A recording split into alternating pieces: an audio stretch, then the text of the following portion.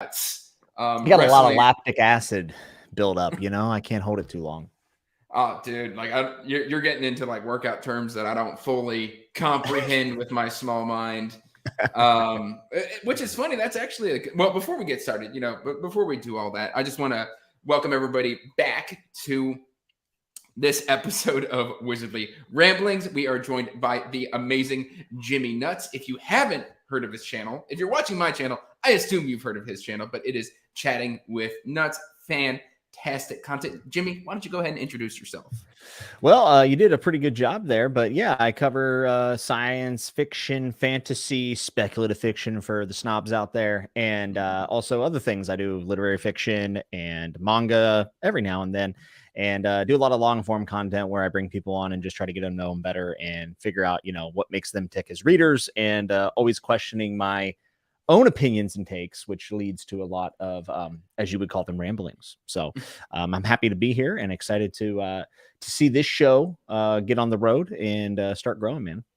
Well, I mean, honestly, like Chatting with Nuts is a huge inspiration. I mean, we've seen a lot of these come around. We've got, Dear Dr. Fantasy. We've got, Theo started Fireside Friday. Or is it Theo who did Fireside Fridays? I don't know. Yes, he does Fireside Fridays, which Alan actually dubbed my channel back in the day. And I've been wanting to ask Theo if that's where he got the name from or if he's just doing the FDR Fireside Chats. I'm very curious. Okay. That could be an interesting conversation to have. Alan says you are cheating on me, Jimmy. Yeah, I cheat on you constantly, Alan. It's actually my favorite thing to do. Yeah. It's funny. We've all got those bromances. And I mean, occasionally somebody sees me having interactions and they're like, what, am I not good enough? And it's like, well, obviously not, because I'm talking to somebody else. The amount of times I've had people they say, you always have Alan on. And I'm like, oh, really? I didn't actually realize that. Thank you for pointing that out for me. It's almost like I love talking to him or something. Yeah, it's almost like he's got interesting things to say. He's a very animated, very active character in the community who hates Samwise Gamgee. That's an old school deep cut. Someone's already asking the question that I was about to ask you. Where's the shelves? So I am currently at my in-laws. Sundays are usually where we kind of bring the kids over to the in-laws and they get to interact. And it just kind of it happens that way. So this is not my abode. This is the house of my family. The show is on the road. Yes. Yeah. And this is where I did Book Jeopardy. There we go. Book Jeopardy. It escaped my mind, but this is where I did that one. So no, Evie, I just said that I wanted to get some momentum going with Wizardly Ramblings, and then you could come on. And Theo, you are right. I do think Fireside Chat is a really good thematic name for Rekindled. And I wasn't meaning like, did Theo take that name from Alan dubbing? No, I was just curious. Yeah, no, Theo's definitely killing it. He is. He has a good thumbnails. Very good thumbnails. Oh, Rogue is coming straight at me with the DNFs because I'm known. I have a reputation. You do for being a DNFer. And my most recent DNF, I made it 3 pages. And that is Christian Cameron's chivalry series, Ill Made Knight. Interesting. So for me, I've been recently like Joanna. Joanna's one of our friends, our mutual friends in common. She kind of pointed something out to me where fantasy doesn't necessarily need to have real world ties. Like what makes sense in real life doesn't have to make sense in a fantasy book. And that's something that I struggle with. And so if something isn't clicking with me really quickly, I'll DNF it real quick. And it wasn't that Christian Cameron's book was bad. It wasn't to my style. It's very detailed heavy. I don't know if you know who Christian Cameron is. I do, yeah, because he writes underneath Miles Cameron and Christian Cameron. Christian Cameron, I believe, is whenever he writes historical fiction, right? Yes. Okay. And then Miles is fantasy. Yes. And well, no. So let me preface: this book was not bad. This book just was not for me. Is because he's got that weapons expert, weapons like reenactment and historical. So he's gonna lean into that. And that's going to come with a lot of interesting detail that you've got to be interested in. Yes. So like the way this book starts, like just page 1, which I don't consider the spoiler, is like old dude rides up on a horse. Here's what his horse was wearing. Here's what he was wearing. Here's his color. Okay, now the band behind him is coming through the gate, and here's how they're lined up, and here's how they're armed, and it's giving you all of the detail. It's painting the full picture, but it gives you a lot of detail where it's just like, yeah, I could kind of guess that, like, that people are going to come through the gate in a specific way. But yeah, he's been fairly prolific in his career. He's written a lot of stuff. And so I have his like Mage and the Kid series, like where like a mage takes in an understudy and it's like a trilogy. Cold Steel, is that Cold Steel? I've got that one as well. Mage and Masters or something like that. Yeah, so I have that down here. And then I also have, and this was one of my most wanted to read series when I first started Booktube, and I still have never read it because Patrick read it and despised it. But the longer I've been away or more I've read, I've decided that I think I might try it, and that is the Traitor Sun cycle, which starts with the Red Knight. It's a seven book series, I think, and I know the brothers Gwyn are really big on it. And the reason why Patrick hated it is that it had a massive amount of POVs. Like I guess there's a POV from a bear, and at the time, I'm actually okay with that. But that's what I'm saying. Like at first I was like, well, Patrick didn't like it, and I hadn't like rounded out my taste right when I first started my channel, and I'm reading more now, and I'm like, you know what? Massive amount of POVs with no attachment to character sounds like something I'd like, and then also a POV from a bear sounds like right up my alley. So, Alan, I will read Red Knight with you. I would absolutely do that. Also, I think the covers are sick. I like them. They're very generic, but I like the topography. So there's 2 different covers. It's one of those ones where like the UK and the American covers are wildly different. Yeah, that's true. And I think the UK covers, specifically the ones Patrick had, were gorgeous. Mm-hmm. And judging by the Robert Baratheon portrait behind you, I would never have guessed that you liked a lot of POVs.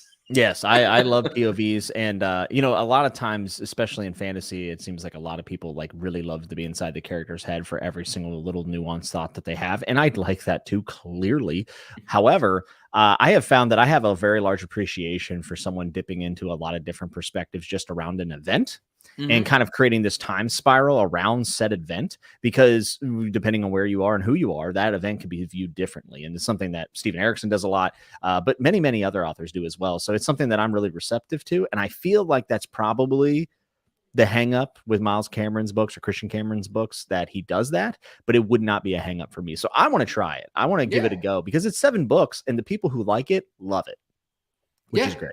No, absolutely. Like when I say the book didn't work for me, it's just specifically that like my style is okay. Like I get it. We're riding through the gate, and we're gonna have a conversation. We don't need 3 pages for that. And this is a totally different series than Traitor Sun, right? This is yes. What was it called? It's called the Chivalry series. It's set in like 1308 France. Yeah. See, I don't know. Yeah, I don't know. I don't know if I would dig that per se. Historical fiction is something that I enjoy, but only briefly, because I always feel like I'm missing. Like I always want to go learn more about the time before I read it, if that makes sense. Even though I do think that historical fiction can lead you to want to learn more about the period because you enjoyed the story so much. I'm currently having that experience with Shogun. Nice. Yeah, I know Alan's really big on Shogun. Well, like just from a historical perspective, like so my grandfather's family immigrated from the Azore Islands, which is off the coast of Portugal. And so I have ties to, Portugal. And when you say feudal Japan, nowhere in your brain pops up the Portuguese. Like, and there is like in the 1600s, there was a huge tie to Portugal in Japan. I had no clue, no idea.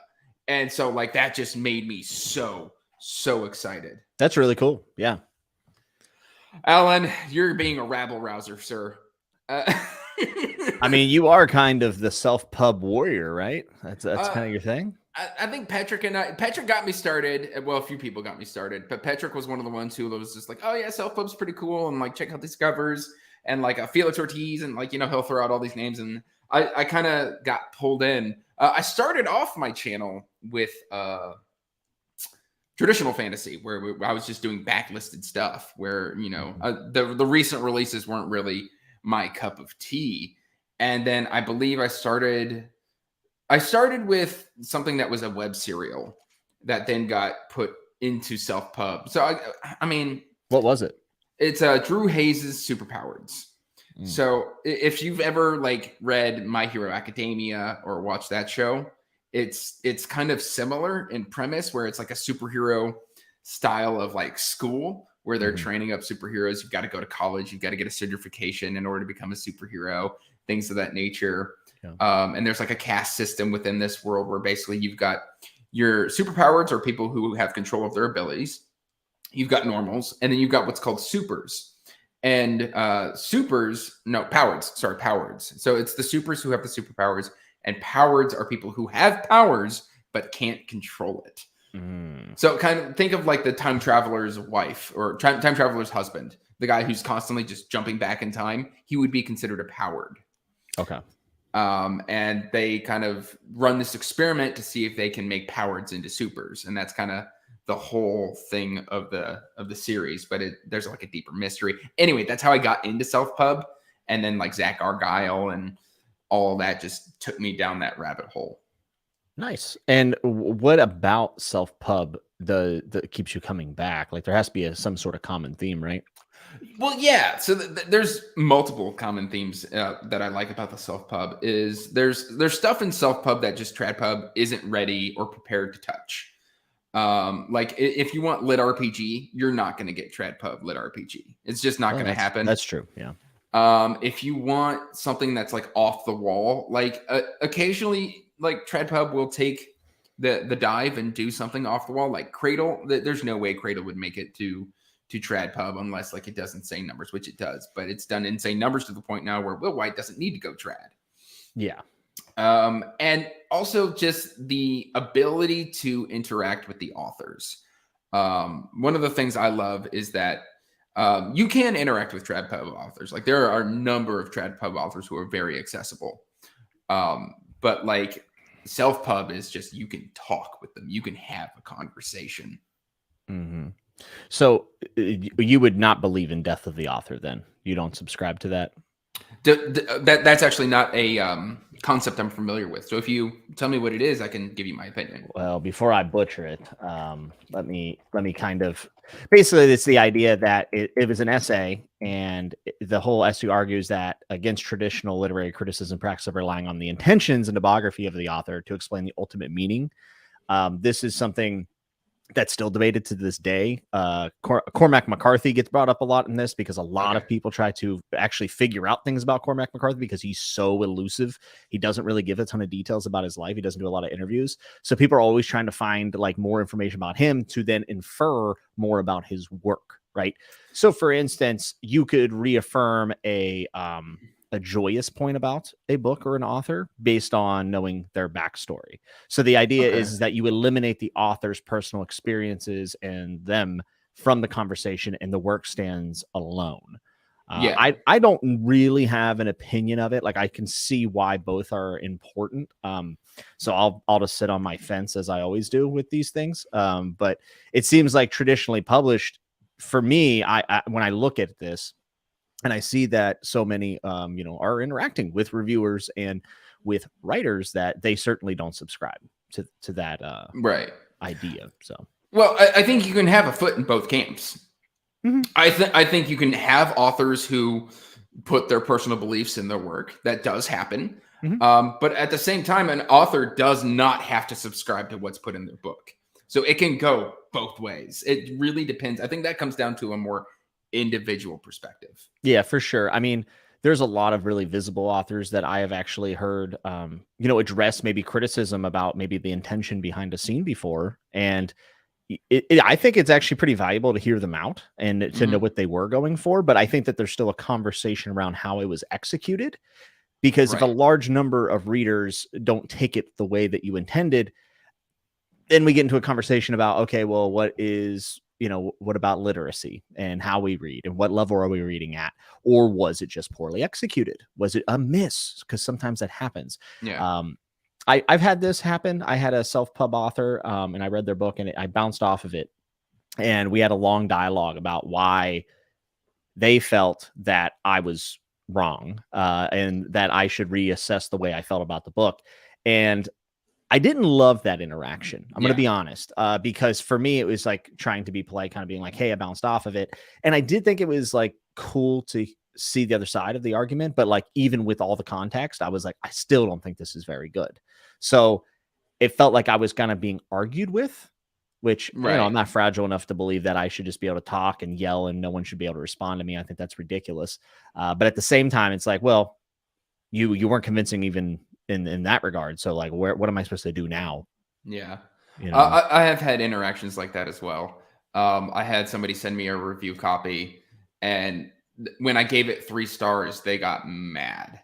Like they were like, I've won awards. And I'm like, that's great. Like awards are a generalization, that's mass appeal and stuff like that. But for me, the individual reader, a sticking point for me a lot of the times is like how the structure of the book works. Yeah. So like if you hit your climax 50% through the book, well, it's called a climax for a reason. It's supposed to be, we've been working up the entire book to that. It should now be falling action. And then like, if it's like, why is that? Well, I don't know. For me personally, I've only got so much I can give a book before I'm just wrung out. Right. Like Needful Things, Stephen King is the perfect epitome of this. It is all rising action. Like literally, it is a puppet master invading this small town and just making people dance. And then once that dancing has commenced and things start kicking off, he just kind of steps back and lets it all explode.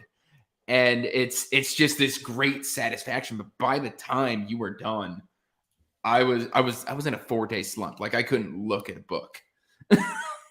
I couldn't look at a book. I was just like, no, I'm not ready to be heard again. Yeah, I think the only thing, so I know what you're saying, but my only pushback would be is that that's not the only structure to a book. So talking about like a rising action and talking about Freytag's pyramid, I see this a lot. I see some people and they speak with like pure, like just visceral hate for something because they're like, you didn't have a plot because it didn't follow Freytag's pyramid. And it's like, well, that's like, look at the noir, right? Like noir, the inciting incident and like who done it. Like it's all flipped in a lot of ways. Dresden does this quite a bit.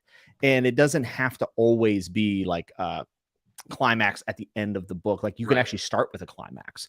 And then the point of the story being the inspecting what happens post that. And then you almost get like a meta climax, like within the work itself towards the end of the book. So I do think that there's something to be said about like a strong finish. I think that is like obvious, but I always just push back a little bit because I feel like we rely way too much on like inciting incident, rising action, climax, falling action, end, where that would be handcuffing of an author if you always expect that from them, right? Yeah, and I didn't fully make my point clear. So the way that this book works is you have somebody starting from the bottom. They work all the way to the top. They reach the top, and then there's a technicality. Yeah. Okay. Yeah. And then it falls, and then we've got to do the whole thing again. And so it was the technicality and the way that it happened. And the author wanted to argue. I see. Yeah, and that's rough because if you are sticking to Freytag's pyramid, then you got to do it right. Yeah, like you need to do it well, right? Yeah, Sarah says once you hit 10K, they give you a special book, Alan. You learn all the terms. Also, Sarah, your upcoming video, will you and Alan still be friends? I don't know if it's posted yet. I saw the premiere scheduled last night. I laughed for like a minute at that title. Do you know what's been going on? Essentially, she's going to read all Alan's favorites, right? And then report back. Yeah, well, no, I think she's already read the favorites, and she's refusing to give him the satisfaction before the live show to know what she thought. And she's been holding this over Alan for over a month. Terrific. I love it. Alan is going out of his skull. That is terrific. See right here. I love it. Oh my goodness. So we've actually got 2 different years of Booktube here on the channel. We've got Class of Legends 2020. Yeah. And then there's me 2021. I missed it by 3 months. Yeah, you're all my children. Jimmy, I think we're the same age. Probably. How old are you? I am turning 33. Okay, I'm 32. I turned 33 in November. So okay, yeah, I turned 33. You are in fact actually older than me, and probably more mature as well. But probably not. I don't know. You have responsibilities and stuff. I just have to try to hold myself back from buying more folio and Subterranean Press copies. So, Oh, well, I mean, I have to do that too. But I mean, this morning I hopped onto the Broken Binding to get the Ember Blade special editions. oh, I didn't know they were doing that. That's awesome. Yeah, they just did Dragon Horde general release this morning at 7 a.m. I set an alarm and everything. And then I put in the wrong shipping address. So I had to email them and be like, I'm a dummy. And because I moved 3 months ago and apparently PayPal didn't get the message. And so they're like, don't worry, we've updated it. So fingers crossed that works, because Ember Blade is one of my favorite books. Nice. Yeah, I remember you being that book had a little buzz on it for a little bit. I never got around to it. I know it's like, modern take on a classical fantasy. Is that self-published, by the way? No, it's I believe it's Golanese. Okay. Yeah. Bolognese? I don't know how to pronounce it. Oh, the G one. I don't know how to say it either. Oh, I literally didn't understand what you said. I thought you said like spaghetti bolognese. Like, I was like, what? I'm sure I've butchered it. Madison says that Ember Blade is a banger. Banger. Horn sound. Yeah. It is. So it is a modern book, but it's this big, so you've got to be in the mood for something super beefy. And it takes a lot of the inspiration from Lord of the Rings. So like, okay, but it's not done in a way where you're like, oh, that's a Lord of the Rings clone. Like, you can specifically see small homages to it. Okay. And so I need to do a reread, because it's starting to get hazy, and Shadow Casket's coming out in like 2 to 3 months. Is it a planned trilogy then? I don't know. Chris Whitting's being kind of cagey on it. Oh, cheeky. Okay. Yeah. But so we are kind of coming to the end of January. What's been your best read this month so far? Probably Death's End by Cixin Liu. I've been trying to pronounce that name right. I really should just break down like everybody else and say Cixin, but you can just say 3 Body Problem. Yeah, we'll just say, because no one knows what Death's End is. Like, and it's not even called the 3 Body Problem trilogy, but everyone calls it that. So I always say that after I say Remembrance of Earth's Past. It is in fact a trilogy. The 4th book is a fan. I've heard it's like a fanfic kind of deal. Yeah, it's an officially licensed fanfic. Basically, a fan wrote the story. I think it's Chichen Lu. I don't know. I'll ask my mother-in-law. She's Chinese. And it got officially licensed. Like, he sent it off, and he was like, oh yeah, this is a really good way to continue my story. Sure, let's just pump it out. Yeah, I think I'm out on that. I think I'm out. I think I'm good. The 3 books were great. I love the trilogy. I don't think I'm going to read the published fanfic. I'm out. Okay, fair enough. I don't think. Did you read it? Have you read it? I've got it still wrapped in plastic on the shelf. Okay. Well, let me know how it is, and maybe you can convince me. I feel like at least one person in my Patreon DNF'd it, I think. Yeah. I don't know. It's one of those ones where, like, I'm always nervous about hype, because like, if something gets super hyped, I've got to go in there with like kid gloves on it, because then you've got to like bring down your expectation a little bit. Because if it doesn't meet the hype, then you're left disappointed. And then you start upsetting people when you start not agreeing with them. That's kind of where I'm at currently with Robin Hobb. Oh yeah. I know that you kind of fell off there towards the end. You're not a big fan of it. I mean, writers grow and change, and here's the thing about hype though, and it does affect everything. Like, we're always affected by everything around us. That's just how we are wired as humans. But at the end of the day, I always kind of like relegate hype down to the fact, like, I can kind of put it away with the fact that, like, it's a book. It's hard to Thief of Joy. Thy name is I like that a lot. It's a book, and it's going to be a book, and it's going to tell a story, and the story is either going to resonate with me as much as everyone else, or it's not. And then I will relay that to the audience if I find it compelling to talk about. So like, with that and that kind of like just like general mindset, I go into things. I generally feel like I do an okay job at that. However, there are times where I feel like the discourse around something puts me away from a book. For instance, Fairy Tale by Stephen King.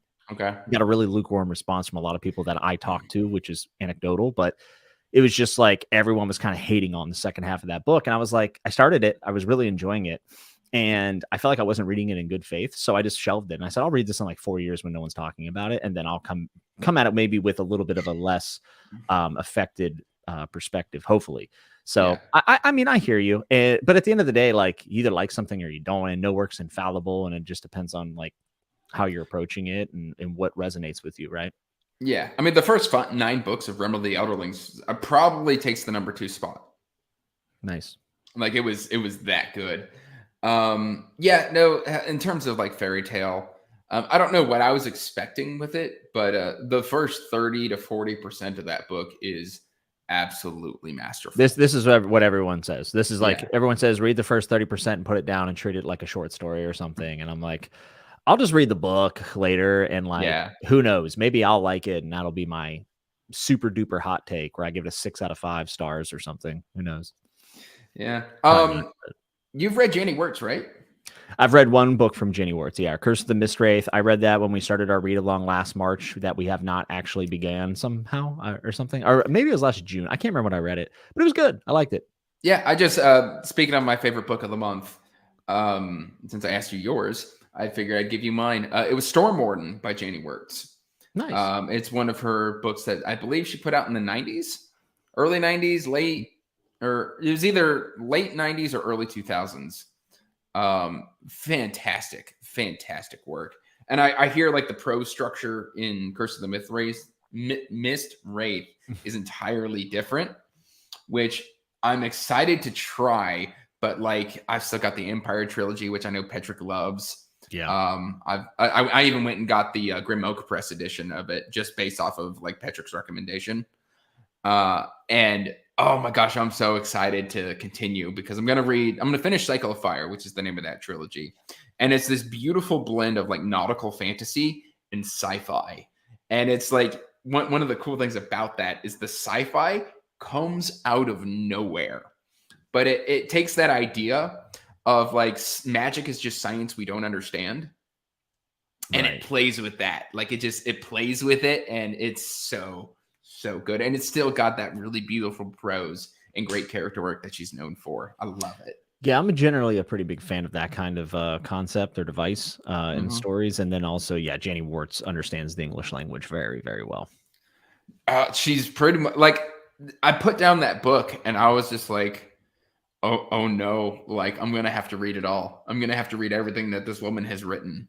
I was instantly just like my TBR just grew by 15 to 20 books. Like, and they're thick books. I mean, Wars of Light and Shadow is long, like very long. No, Alan, because frankly, it's got a really low rating because of this fact where people don't understand that it's sci-fantasy because it's got a wizard on the cover, and on Goodreads, it's like a 3.95. So, and I'll give that book 5 stars every day. Philip Chase can fight me on the star rating, but that book is fantastic. Yeah, sometimes I truly believe that some of the best hidden gems are the 3.5 to 4 like Goodreads reviews. Because I read another book this month that would be my book of the month if I hadn't read Death's End, and that was My Year of Rest and Relaxation by Otessa Moshfang. I don't know if I'm saying that correctly. I've never even heard of it. Literary fiction, very polarizing. Some people think it's absolutely disgusting. Some people think it's like, low effort, shock value. I don't agree with that at all. I did have some issues with it. Like, it wasn't a perfect book, but man, was it a burner. Like, I went through that so fast and I've never read anything like it. And now this author is someone I'm going to read more of. And it's 3.7 on Goodreads. So, wow. Which is a pretty good indicator that you're either going to love or hate it, right? Yeah. Like, it's not going to be it was pretty good. I love that book. I thought it was really good. Not one that I'd recommend to people who are just, sticking with sci-fi and fantasy, which is cool. Way out of the genre and to a very like niche thing. I can't really explain it. It's about a very like depressed, sad, depraved, pathetic person going through a terrible time. And basically their goal is to sleep for an entire year. Oh, wow. So they just take a bunch of like Xanax, everything that you can imagine to try to sleep for an entire year. And it's almost a satirical commentary on the early 2000s, like psychiatrist overprescribing like mental health in America right before 9/11. All right. It is. I mean, it's just weird. Like, it's just a weird thing. I think it would make a really good movie. The ending's pretty meh, in my opinion. Like, it's one of those stories that doesn't have a good end. Like, there's no way it could end well. Right. And it kind of just ends. And you're like, meh, I don't know. I don't know if I love the ending of it. But regardless, a 3.7 on Goodreads. And I was just like, that's exactly what I should be looking for, I guess, because at least they're books that give you a lot to talk about. Right. How do you feel about the star rating system? I don't really care. You know, Yeah. like, if you want to do it, do it. My thing is, and this is my problem with me doing it, is that I'm inconsistent. So people can go back and be like, you gave this book 5 stars, but you said there were problems with it, but you gave this book 4 or 3.5. And so, like, you can almost look in years for me of the way I'm approaching books. Like, last year, I felt like I was giving out all of the oh, you talk about the Long Price Quartet being sub 4 star. Yeah, that's what I'm saying. Like, I feel like the books that have the middle ratings are the ones that are the most interesting to talk about. But yeah, I think, like, with star ratings, I try to look at it as like blocks of time. So, like, this year, I'm trying to do a better job of, like, categorizing where I put things, like 3, 4, and I'm actually trying to avoid half stars, which makes it very difficult. Oh, okay. And I don't necessarily even like that. Like, I think out of 10 is actually a much better system. Yeah. But I know some people who do it out of 1,000. I know some people who do it out of 100, and they go down to decimals and hundredths and craziness. For me, the more I start thinking about these things, the less fun reading becomes. I don't necessarily find any kind of joy in the spreadsheets or any of that stuff. I understand a lot of people do, but I just don't. So. Yeah, it can be kind of, you know, sucking the fun out of things to just objectify a book. I've recently, so I just recorded a book review where I was like, okay, where does this kind of fall on a darkness scale? Where does it kind of fall on pacing, structure? Like, I'm trying to add in quantifiers to be like, hey, if you're looking for something fast paced, this is kind of where it scales on that. And then, like, at the end, I kind of average it all. And it's like, to me, this kind of averages out to like a 4 star, and this is why. Yeah, I go with my gut, you know, and enjoyment trumps all. Like, a book can be rotten, and if I enjoyed it, I don't care. Like, no, absolutely. That's, it's such a personal thing. That, like, I mean, people can be like, well, Alan gives me crap all the time because, you know, one of my favorite books of all time is Eye of the World by Robert Jordan. And he's like, that's your favorite book of all time? Yeah, because it's the one that, like, kicked it all off. Like, it's the one that I picked up at 13. I used to tell the story on the channel in the early days. I was in middle school, and I had a buddy who he had a library in his locker. And one day I was talking to him. He opened up his locker, and just a bunch of books fall out. And I see this splash of blue, and I picked it up, and that's how I started reading The Wheel of Time. Yeah, it's hard to quantify formative stuff. It's almost impossible to put in the words, I think, like, how much that can impact, not just like your experience with that work, but every other work that, you know, comes after, which is why I really like what Sarah Reeds did when I think she did like a chronological, like, of my favorites instead of ranking them. She was kind of like, this is what became my favorite, and then another one of my favorites, and you can see her taste evolving. I think it was Sarah who did that. I think that that's a phenomenal idea. It says I don't sound like that. Yeah, no, and it's good to do those kind of videos because I've done, like, my childhood top 10. Like, I've done that video where it was just like, hey, I was younger. This is what I was reading at the time. And you're not going to find all sci-fi and fantasy on there. You're going to find thrillers. You're going to find mysteries. You're going to find, like, Dirk Pitt novels and nautical, like, adventures and stuff like thrillers. That's what you're going to find in a lot of my younger reads. And now I just started reading historical fiction, like, within the last year. It was not something I ever reached for. I had this, like, mindset that it was just like, it was something that older people read, or that it was for the people. I don't know where it came from. It's completely incorrect.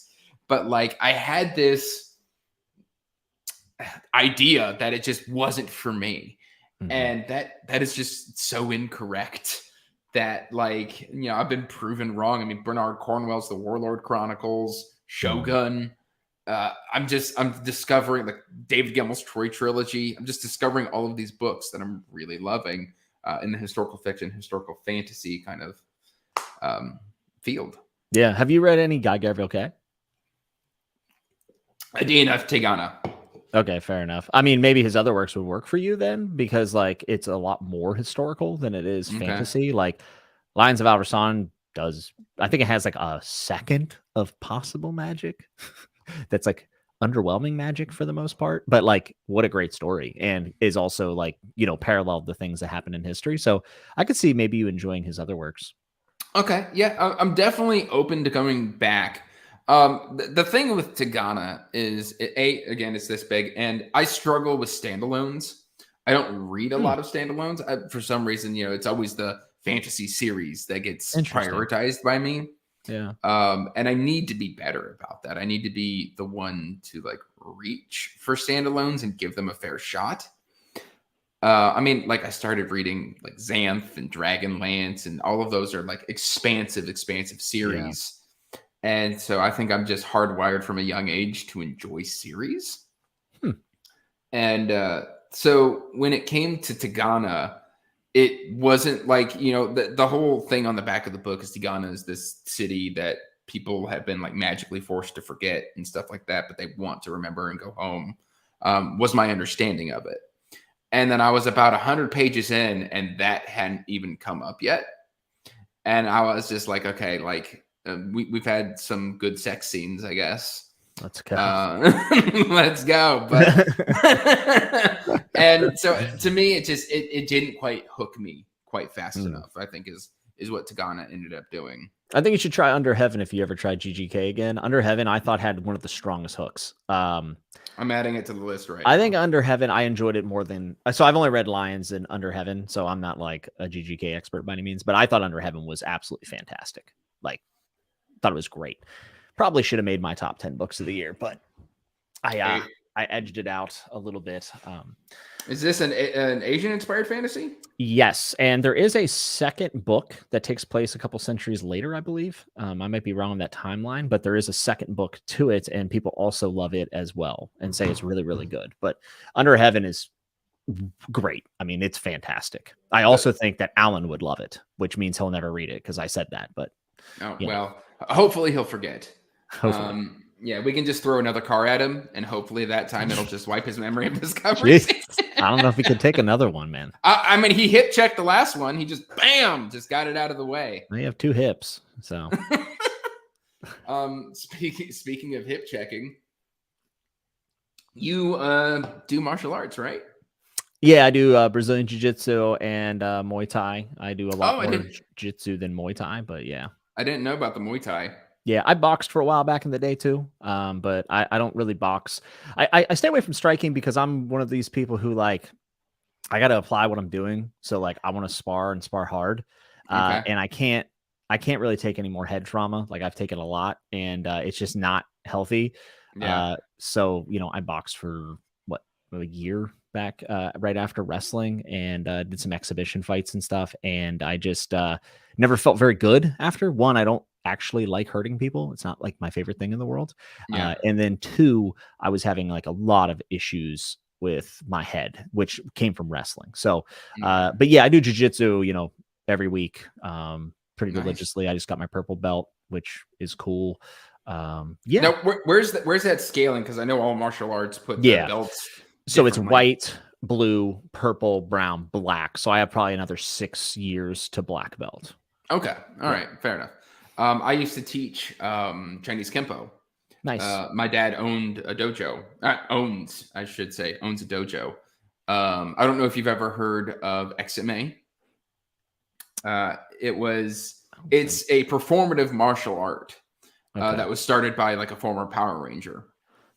Oh wait, Green Ranger Tommy? No, okay. This is I'm gonna get his name wrong. It's Matt Chatteratbutt. He was one of the second or third Blue Rangers. Okay.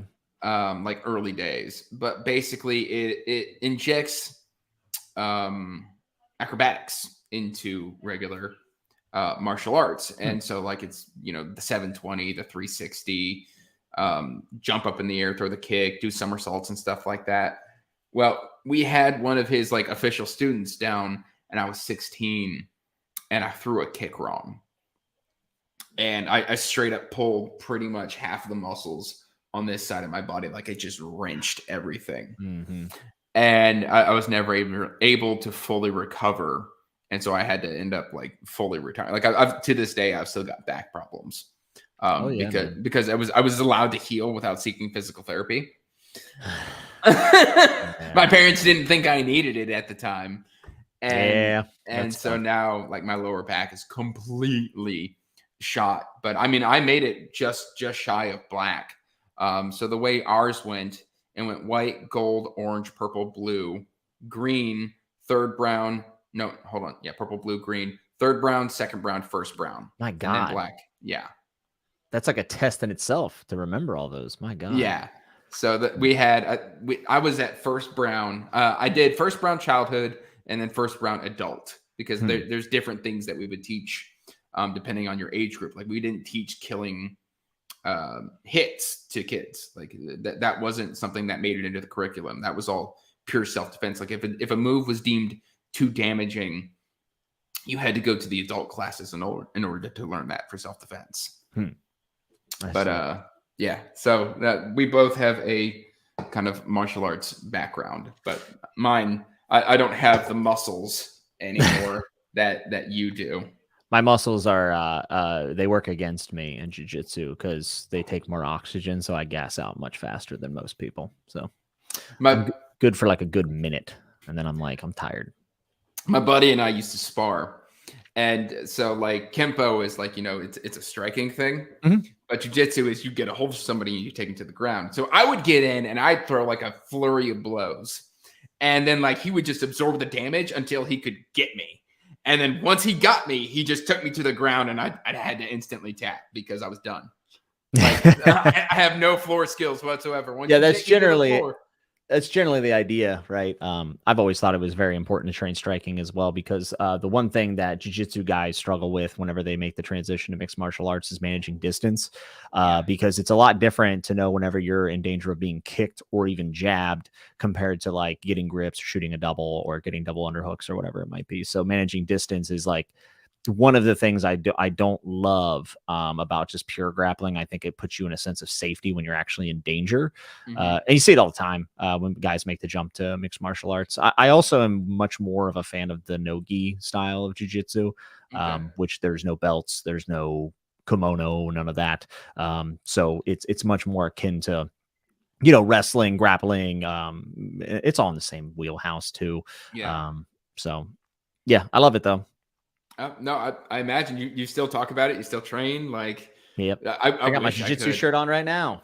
Yeah, I've got a brewery shirt on right now. Nice. You're like, I got my jiu-jitsu. I was like, I got beer. Now that I've put everyone to sleep in the chat talking about distance management and mixed martial arts. Fine.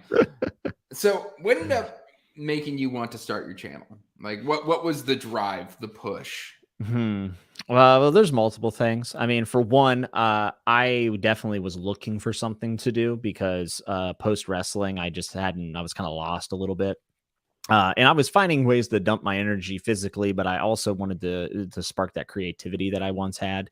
And it just seemed like a pretty good outlet. I was watching all the big channels back then. And quite frankly, I was just like, I feel like I have something to say that's not, the same as what everyone else is saying. And I said, I can do this because I have done public speaking and talking and wrestling and whatnot. So I just felt like, hey, this is something I could probably excel at. But mainly I just, I think everyone has a little bit of like wanting to be heard. I mean, maybe that's ego, but just wanting to kind of explore. And also there's so many threads of like, what should I read after A Song of Ice and Fire? And that's where I was when I got back into fantasy. And I said, well, I'll just center my channel around that. And that's kind of what kickstarted. I was just looking for the next, Game of Thrones, which apparently everything is, but nothing actually is. So that's kind of what all the things that pushed me to create a channel. I didn't watch a lot of Booktube before I started my channel. I watched a lot. And then just decided to throw my hat into the ring. I didn't even really understand that there was a thing called Booktube until Chris Bookish Cauldron found me. Okay. And like commented on Chris is local to me, I think. Oh, I love that guy. And he commented on one of my videos and was just like, great. And then like I talked to him and he's always, the reason why Chris Bookish Cauldron is great, he's been around for years and one does not conform to anything.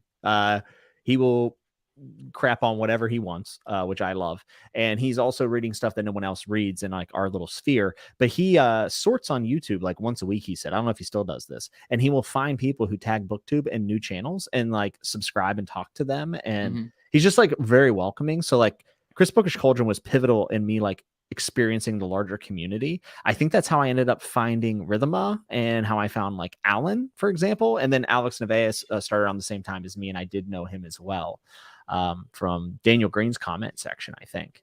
So like I was unaware of how big this was. And I say big, it's not that big, but I was not aware of the sphere.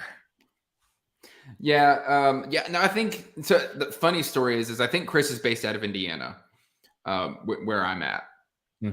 And I have gone to certain bookstores and I will like go to the sign section. And this has happened a couple times.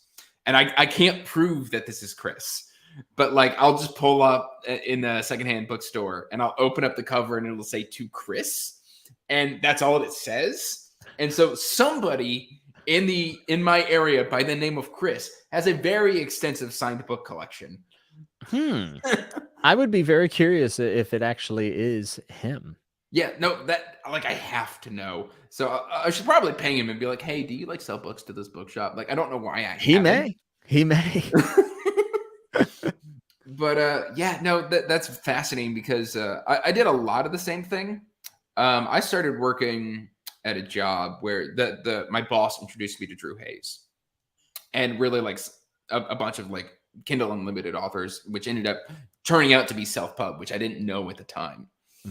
And he was like, "Hey, have you heard of this guy, Daniel Green?" And I'm like, "No, who's Daniel Green?" And so I discovered his "Please, Dear God, Don't Be a Bomb" videos, which was very high energy and stuff like that. And so I started watching other stuff. I read a couple of the recommendations. I was like, this is pretty good.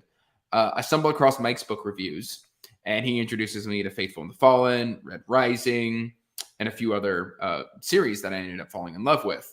I've since fallen out of love with Red Rising, but that's because of the second trilogy. And or I guess I can't say trilogy. There's 4 books. Quartet. The new age trilogy where everything gets turned into 4 books. Yeah, pretty much. And from there, like he shouted out Slowly Read, Mark over up in Alaska. And then Mark shouted out Nico. And I was, commenting on Nico's channel and talk about like, I was just critiquing his channel because he was like all the way, like imagine this room, like his bookshelves are back against that wall. And he's like sitting right here, but like I could see his door. So I was like, hey, why don't you move closer to the bookshelf so we can kind of see what's on the shelf? And from then he started a buddy read for American Gods by Neil Gaiman. And like, you can tell like, this is just a daisy chain that led me to starting my channel. And when he started that Discord, I had somebody to bounce off of instantly. Like it was my first Discord. Like I was bouncing off of, well, maybe I was in Mike's, but Mike's Discord was so large I couldn't bounce off of anybody really. And when it finally happened, is Nico was like, hey, you've got all these opinions. Why don't you just start a channel? I was like, I have no idea what I'm doing. So like my first videos, it's like me sitting in front of a bookshelf that's like yay wide. And then like you can see my bedroom curtains, but there's like 0 lighting. And then like you can see like the camera's wobbling and everything because I've got it balanced on books on a stool to get it the correct height. And it was a hot mess, but it was an absolute hot mess. I put in like 0 effort into making my intro. I just like copied what Nico said because I had no idea what I was doing. I didn't think it was going to turn into anything. And here we are. Yeah, I mean, I think everyone's video back then, like first videos are generally like not representative of like what it becomes, right? And it's not, it's always tough. That's the one thing I will say about everyone that's joining now. I mean, it is way more saturated than it used to be, but everyone's first video is so much far superior than what like any one of our first videos were back in the day. And maybe that's because they have so many examples to go off of, or maybe they just do more research or cameras got better. I don't know what it is. But it does feel like everyone's first video. I'm always blown away by how impressive they are. Considering that my first video was like forehead to chin. I had just cut weight for a competition. I'm just screaming at the camera about Game of Thrones. And it's just like really bad. So yeah. I think everyone's first video, at least back then, was always pretty awkward. Apparently, Philip says his video is gloriously awkward. And now look at him now, 20K Philip, you're in. so awkward. I'm only kidding. We got Joanna in the chat. Yeah, I mean, it's all about a learning curve. And it's wild because, when you come up, you've got all these people that you come up with. There's a class almost. Like, you've got your class of 2020, you've got my class of 2021, and I'm starting to see my class start to hit the 3,000 mark. And it's just something you've got to stick with. And there's a lot of burnout. There's a lot of channels who just, and some of them are like ones I was just like, where did you go? Please come back. Like you had QNTG or QNT. Yeah. Yeah. They were was amazing. It QNTG, right? Yeah, I think so. They were phenomenal. They did a skit with like Birch and Fitz. Oh, it was terrific. Terrific. Those guys were so funny and had a totally different perspective, and like the way they presented their thoughts. They were actually supposed to come on Chatting with Nuts. I had talked to them, and they were going to be my first like duo guest, and they just kind of went AFK. I did see the account tweet the other day at somebody, and we're just saying that I think they started families, and it's just really tough for them to get in front of the camera right now. So yeah, life, they're good, like they're healthy and they're alive, so that's a plus. But I think they just got a lot of stuff going on. But I'd be very excited if they started making videos again. They were absolutely hilarious. That would be fantastic. I miss now that you mention it, like I miss them. Jessie May just started making videos again. She took a small hiatus because she moved and stuff like that. It's good to see that she's back on the horse. I guess Booktube is a horse, but let's just go with it. I think of it more as a buffalo. Explain that statement. I was hoping you wouldn't say that. I have no idea why it would be a buffalo. Okay, fair enough. I just feel it. It's the vibes. Buffalo vibes. Big buffalo vibes. It's funny you say like you're starting to see people hit like 2,000 and 3,000 subs. One thing, and maybe this is just me having like 3 years on the platform, but it feels like the grind to hit 1,000 is nowhere near as strenuous as it used to be. And I don't mean that to demean anyone that is hitting 1,000 subs, but what I mean is like the audience has grown vastly for people consuming this type of content in just 3 years. Very, very different. And so many more different types of commenters and people interacting with the channel. It just feels like the catalyst of like Daniel Green, Elliot Brooks, Murphy, and Mike, like they were like a basis, and there was plenty of other people, but like specifically for fantasy, adult fantasy, this kind of opened up the floodgates. And not only did it bring in more creators, but it's bringing in more viewers. So you see numbers starting to like etch up, people really taking off at first. And I know a lot of my viewers talk about how they feel better about finding new channels and new opinions, because there is a chance that the longer you do this, the more everyone's kind of nodding along and kind of agreeing, and we're all in the same circle. And like, oh, they loved Robin Hobb, I love Robin Hobb. And then as a viewer, you're like, well, I already know what they're going to say. Now the special sauce of being a booktuber is being able to say it in a different way, right? If you're into that, some people don't care; they just want to get their opinion out, which is totally cool. But I think that's why people kind of like these newer YouTuber or booktubers or whatever you want to call them, because there is not a preconceived notion of what their opinion should be, possibly. And I'm not saying that people are being disingenuous. I think that it's obvious that people would agree, and people who are friends like me and Joanna liking the same books is not a surprise, because we're very alike. We're very compatible friends. So that's not shocking. And also, I don't necessarily feel like it's a bad thing that a lot of people come together and talk about books they love. Like, why wouldn't you do that? That seems like the most common sense thing possible. So when I see things like everybody like loves this book, it's like if they love it, they're going to get with other people that love it and then talk about the different things that they enjoyed about it. So I don't know. I just think that there's like some sort of like rawness to people who are starting channels nowadays that people appreciate. And that's why you see smaller creators, gathering audiences rather quickly. Well, yeah, and there's also just the evolution. We're getting like cross-pollination mentioned as well. Like, I mean, when people come together, like it's quite easy. Say, I was just starting and Alan happened to have me on his channel day one. Well, I've been put in front of however many people are watching that video. And the general form is you link the channel of whoever's on your channel in the description box down below. That's usually the agreed upon, just like etiquette. Unspoken. Yeah, etiquette. There we go. You saw me stumbling and you stepped in to good. save me, and I appreciate you. But also, like, the platform itself has evolved in an interesting way because, you know, we've got the YouTube Shorts now, which is kind of trying to compete with the TikTok scene. It's funny. Whenever I go to Barnes & Noble and I see the book talk table, I get mad. Yeah, where's the Booktube table? God, yeah, right. It drives me crazy. Then, like, you know, you've got live shows, you've got different ways, and depending on how much you interact, with your, you know, your comment section or your audience, starting a Discord, which there is a lot of Discords now, and there's a lot of crossover in the Discords, which it can be argued as a good or a bad thing. Just because, you know, I may not join somebody's Discord if I can just speak to them in mine. I mean, that makes sense. You only have so much time. Yeah. You know, I mean, and social media burnout is something that you've got to be very, very careful of. Which is why, like, I feel bad because you were talking about Chris earlier. It's something I used to be very, very good at, was searching the Booktube newbie.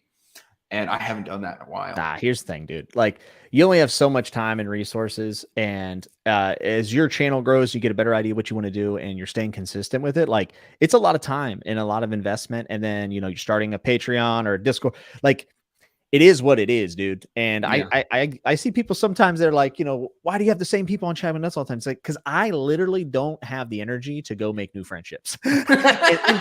And I have a circle of people that I trust, I rely on, that I know are so gracious to give me their time. And I love talking to them. And I have so many things. The reason why I love these people is because I have so much to talk about them with.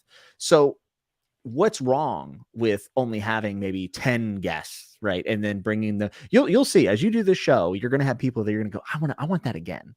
You know, I could talk to Bookborn every week. I could talk to her every single Friday, and we would have something to talk about, and it would be an absolute joy. Clearly, I've had Alan on the channel 10 times, I think, you know, and that's okay. It's okay. You don't have to know everyone. You also don't have to like everyone. And I don't mean to be I'm not saying be nasty to them, but like, it is what the community is large enough for people to have their own circles and their own relationships and their preferred people they love talking to. And there's nothing wrong with that. Like, literally nothing. And one thing that I've had to remind myself is that, like, it's my channel, right? So like, people are, even though people enjoy the guests and stuff, the people who subscribe to my channel and watch my videos are there to watch me and what I want to say. So I do think it's always important to balance that. And make sure that you're still giving yourself enough time to voice your opinions and your takes, because it can be easy to get lost in the collaboration stuff. Yeah, no, and that's something to be said, because at the end of the day, we are doing book reviews, but there is a very strong social aspect. Yes, absolutely. To it. And if you lose, I feel like if you lose that social aspect, or if you get caught up in the algorithm too much, it can stop being fun and it starts becoming work. Well, it's whatever you want. I mean, there are absolutely people who are all about the algorithm. They want growth, and hey, more power to them. Why would I knock that? For me, it's like a balance, right? Like, I obviously want the channel to grow.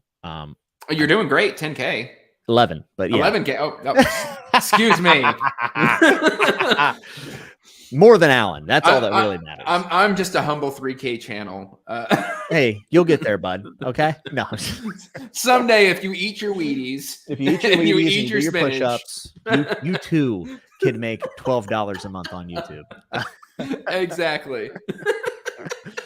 Yeah, 11K Jimmy just kind of hits different. You know what I mean? The shirts get a little tighter. The camera gets a little crisper. Yeah, things are just firing on all cylinders over here. And I'll tell you, you guys are in a bind. You're in trouble. So what was there, like, how did it feel to hit 10, 11K? Was it just another day, or did you go get yourself a piece of cake, have a nice cheat day? I kind of talked about this, like, on Chatting with Nuts on Friday.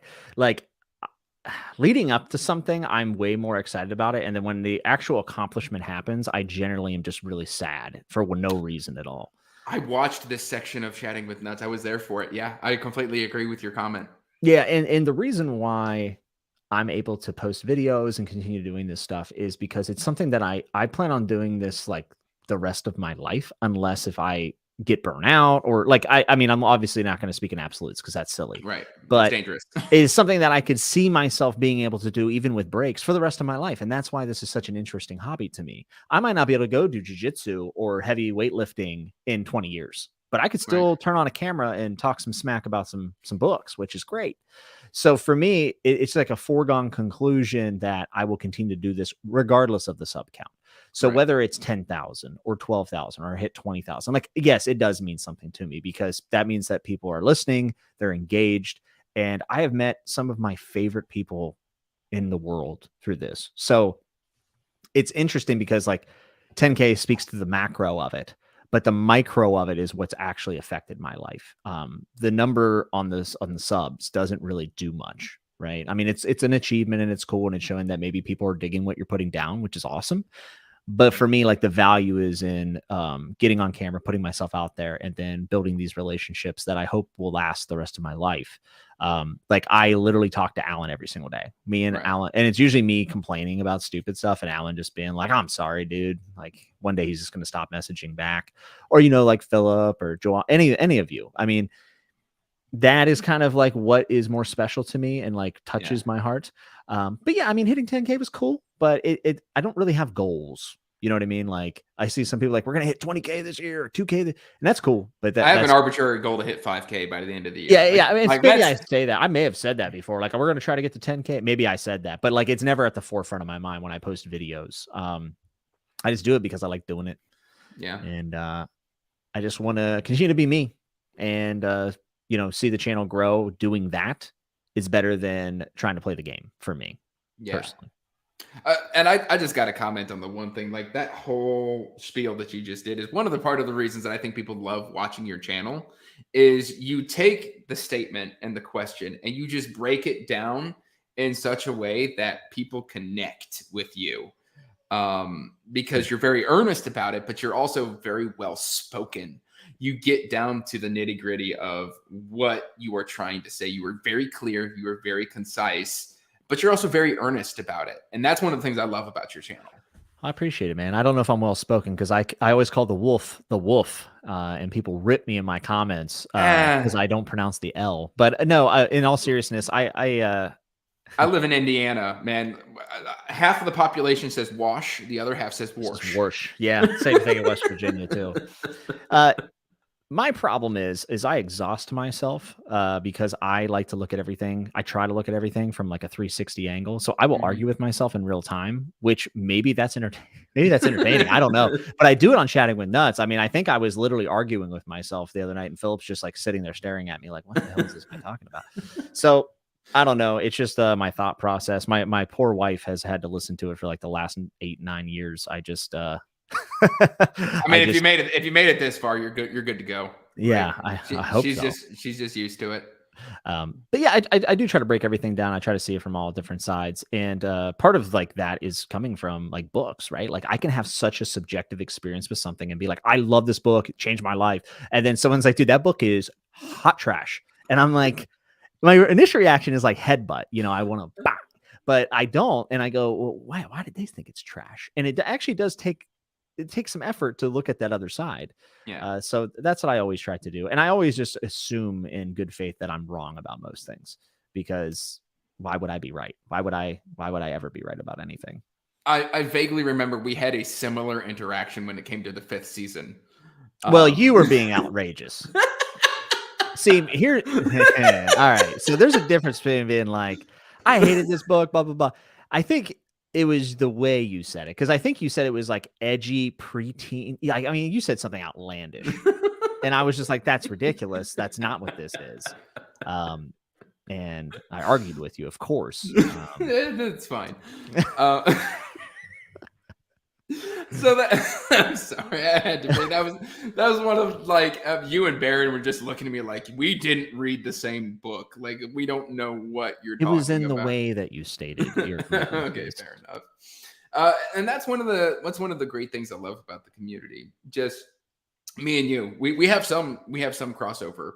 Now we have A Song of Ice and Fire crossing over because I finally started that journey, which is great. I'm glad that you're enjoying it. I posted a video saying I was wrong about A Song of Ice and Fire.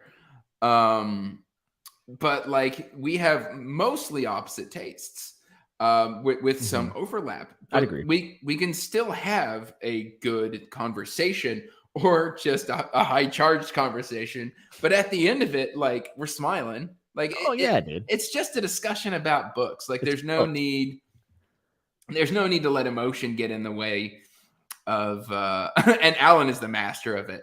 Where Alan will just get in your face and he's like, but you said this. And I saw a creator talk about this in a different realm, way beyond what we do, like in a different sector of YouTube. And he was talking about, because he's very impassioned and in arguing with people. And he was talking about how the reason why is that to him, he knows that at the end of the day, it's like not that serious. Right. But it is literally it's joyful to become enraged or to become impassioned, or empowered by a work of whatever it might be, of whatever art it is, and to discuss it and to argue about it, because the rest of our lives, for most of us, we are taught to be very low energy. Right. Show up to your meeting on time, make sure your Zoom's muted. Okay. Is your camera on? Everything's straight. And like your everything has to be calculated in the way that you talk. And I feel this because like I'm a developer and I do all these remote meetings and everyone's just saying a lot, but not saying anything. You know what I'm saying? And it drives me mad at the end of 8 hours. Like when I've been in meetings all day and stuff, like I want to be irrational. I want to open up. I want to show some of my personality for better or for worse.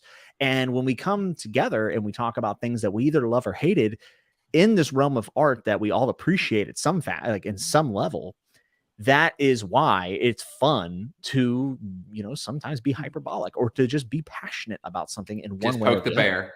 Yeah. And I think for some, I can look across there and like you have your fifth season opinion, I have mine, but I respect where it's coming from and the energy of it. Now I might get hot headed and tell you that you're a fool or whatever it might be. But at the end of the day, there is a level of respect there because we probably have a lot more in common as readers than we do with other people that are, checking their post office box down the street. So, right. It's such a fun, interesting way to like my buddy Jake here in the chat. He's one of my moderators. I'm like one of his patrons, and like we get along and we get on. We do not agree on anything. Like we're both Stephen King fans, but at the same time, like the Stephen King books that I love he thinks are mid, but the things that he loves I think are mid. And so like literally we cannot agree on anything. And I mean like he's a Gurm stan for life. Like he reads Gurm outside of A Song of Ice and Fire. Yeah, he's read some of the other stuff. I've read Dying of the Light and I've read Fever Dream, and I have the rest of his stuff. I have the Windhaven with Lisa Tuttle that he did as well. And I know he wrote a lot of like obscure sci-fi. Yeah, and it's good. Is it? Yeah, I mean, I thought Dying of the Light was very good, like really, really good. So, like, does the quality or is there like any sort of sameness to those stories? Like, can you tell it's Gurm writing these stories, or yes, but like in a good way, where I think some of the common themes that he's interested in, which free will, determinism, obviously like the famous line, the human heart in conflict with itself from Faulkner, like he is true to that, at least in everything that I have read in Fever Dream, Dying of Light, and then obviously everything in A Song of Ice and Fire. So I think like just the fact that like humans are a mess and always at odds with themselves is just an interesting thing that he happens to be able to kind of tackle from different angles. And watching him do it in a sci-fi manner and a horror manner, I'm like, at the very least, he understands something about human nature and he connects. I saw a really interesting Twitter thread too, which doesn't happen often, but someone said that rereading a Game of Thrones for the first time, they said in like 10 years, they are surprised that the atmosphere and the vibes of like A Song of Ice and Fire are actually not like in reality are not what most of the people who talk about the series think it is, because it's been so long since they've read it. Like there is a coziness in Game of Thrones. Like there is this underlying thing of things are about to go really wrong for a lot of the people we love, but there is a certain like level of like classical fantasy comfort, especially whenever you're like looking at someone like Sansa, who has preconceived notions that she's destined to be a princess and things like this. So I don't know. I think Gurm actually has a lot more range than people give him credit for. And I have a lot of respect for him. He's probably my favorite author. Like as far as like, if someone's going to tell me a story, I probably want George to tell me that story. And I call him George because we're best friends, clearly, before someone comments. Listen, I had people were like, I did Tad Williams and people reviews. And I'm like, Tad. And people are like, oh, you call him Tad. Whatever. Are you guys best friends? And guess what? Now we are. Well, we're not really best friends, but I know him kind of. So yeah, suck it. Yeah, I'm so jealous. That's like one of my favorite childhood authors, other than Robert Jordan, was Tad Williams. Tad's the man, and not the book that you think. Yeah, I mean, Bobby Dollar, right? No, not Bobby Dollar. No, Otherland. Oh, okay. Yeah. Otherland's the one that I probably know the least about, but I'm most excited for. But I'm also excited for Bobby Dollar, to be honest with you, because I feel like it's the black sheep of his work, other than Tail Chaser's song, because it's about cats. I'm going to read all of his stuff. And you totally should. Bobby Dollar, the first book of Bobby Dollar is really, really good. From an urban fantasy standpoint, which I guess it is technically urban fantasy. It is, yeah. And for some reason, because it's angels, my brain doesn't tick the urban fantasy box because it's not a magician. I see. And that's wrong. It doesn't have to be this mage detective in order for it to be urban fantasy. It just has to take place in an urban environment with fantasy elements. And I'm just now like on camera realizing Bobby Dollar's urban fantasy. That's what's fun about long form, is that like you can come to these realizations in real time. But book one was really, really good. Book two takes a bit of a twist on it. And I'll be interested to get your reactions when you get to it, because that is one I actually had to walk away from.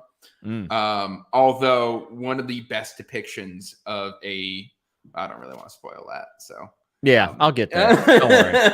Yeah. Ted just seems like a guy, when he writes words, I like them. Like it's simple as that. I can rely on him to have a great time every single time. Yeah. Maybe not a perfect book, but like always solid and always fresh but familiar.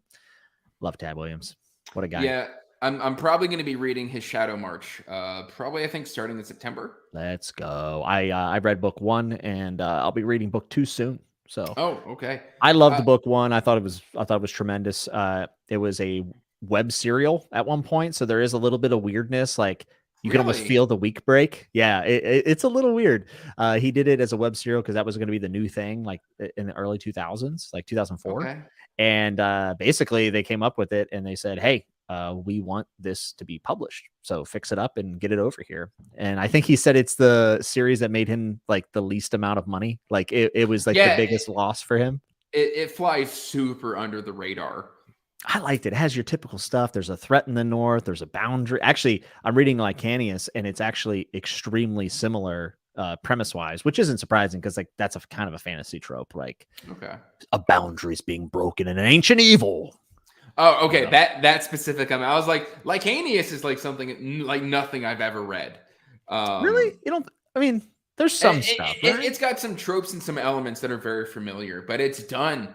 It's like it's that Charlie Day meme where he's up against the wall and like it's got all the pins in it. Yes, yeah, it is that. It is that. Like that's what Lycanius is to me. Like when I think, did you enjoy it? Yeah. My comments on it are it's really, really good. I would have just liked to see him write 2 to 3 stories before that, because I feel like because it was his debut, there were some things that could have probably been done just a hair better. Yeah. And James Islington, he's getting ready to drop a new book, actually. Is an author that I think we should definitely be watching, because what he accomplishes in that book, like it's literally he's juggling the 7 balls and then like he picks one up with his foot like a monkey, tosses it in the air and catches it. It's fascinating how it all clicks together and works, but it's one of those ones that you just absolutely have to pay attention to. Oh, it's so good. You've read Memories, Horror, and Thorn though, right? Yeah, I've read Memories, Sorrow, and Thorn. Yep. Oh yeah, it's so good. Yeah, it's tremendous. Did he have anything to say about like how he feels about like George R.R. Martin like pulling inspiration from it? Oh, I'm sure. he loves George. Tad is an optimistic guy. Is he? Yeah, and he's a very open mind, and he has nothing but respect, from what I can tell, at least, for Gurm and really anybody else that, because Patrick Rothfuss also mentions Tad Williams quite a bit. Okay. And I think that you I can guess I kind could of see see a that. little bit of Simon in one of his characters. I think just a little bit, because Simon can be a complete dunce, for sure. But yeah, Tad has some of the most positive energy I've ever seen, from an author. I would like to aspire in my life to be more like Tad Williams as a person. Okay. So Fair enough. I need to continue on with The Last King of Ostenard, but I think that'll come after Shadow March. yeah, same. And I got a little. I let a little bit of, to steal a term from Petrick. I let Salty Andrew out, with the cover change of Into the Narrow Dark. Yeah, I was very upset with that as well. Yeah. Like I was just like, no, it's got to be Michael Whalen. Like Michael Whalen's been doing the covers for 30 years. It's got to be Michael Whalen. Yeah, that hurt. That hurt a lot. And I was like, if he was too expensive, like, I mean, I'm sorry, but Sun Eater was able to make it work with like finding a similar artist when a scheduling conflict came up. Like you went a completely different route. Well, that's DAW. I mean, Rockio's leaving DAW now, and I mean, well, they got bought out. Yeah, by who? Who bought them? Oh, I don't know. I would have to look it up. I don't really want to do it live on camera. No, you're fine. They got bought out, and DAW has been doing some stupid things lately, which is very disappointing because they tend to publish fantasy I enjoy. So Astra. Yep, the chat's got us.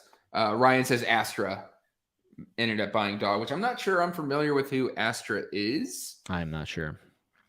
There's so many, just it's all been conglomerated into the big. Is it still the 5? Because I think turning it into the 4 got blocked. The big 5. But I mean, everybody's an imprint of everybody, and it's really hard to know, like at times, who is who.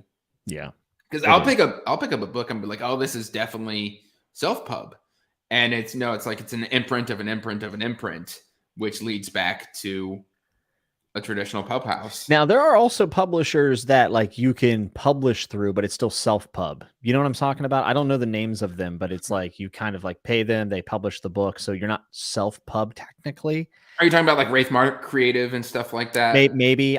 Yeah, I've had a couple people like, I'm like, hey, like they're like, will you read my book? And I'm generally like, I don't take ARCs very often, if ever, and I don't take free review copies or anything like that. It's just something I don't really feel comfortable doing. Very, very rare that I do it, but I've had people reach out to me, and I'll be like, okay, a lot of times if an author contacts me, I will buy their book instead. I will say, let me buy it. I can give a completely unbiased opinion on it, and I support you. Because, whatever, you cared enough to message me. Also depends on the person. But anyways, I've had a couple people message me and they're like, oh, I'm not self-published. I'm traditionally published. I'm like, oh, okay, whatever. That's cool. And then I look and it's actually like one of these, like, I think they're vanity publishers or something like that. I didn't know about this. Christopher Warman says, I think Christopher is a self-pub author.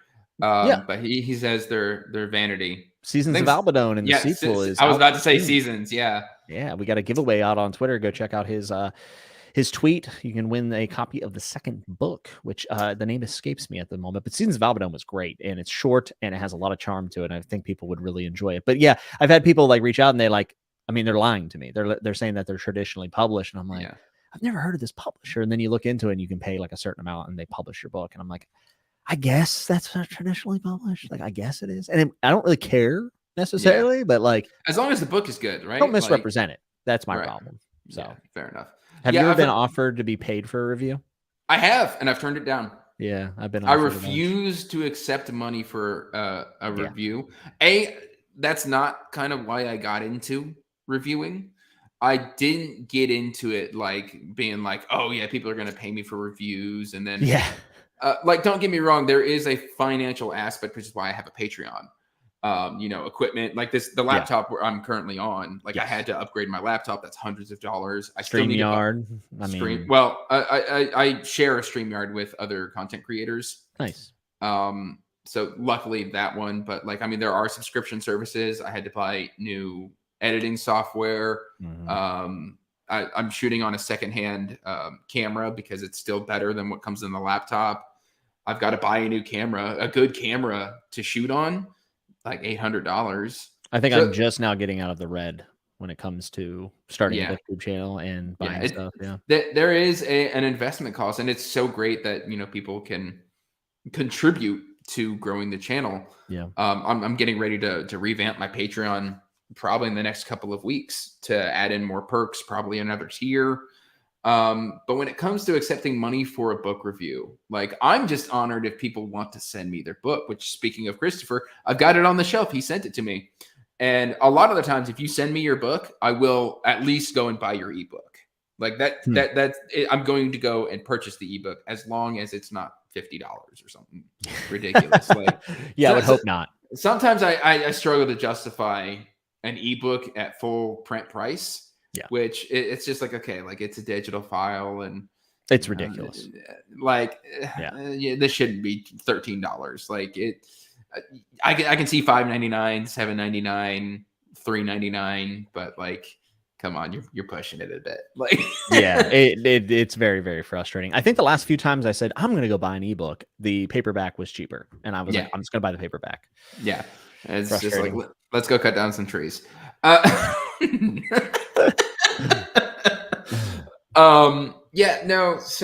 I don't really do that. Arcs are something I need to get better at turning away.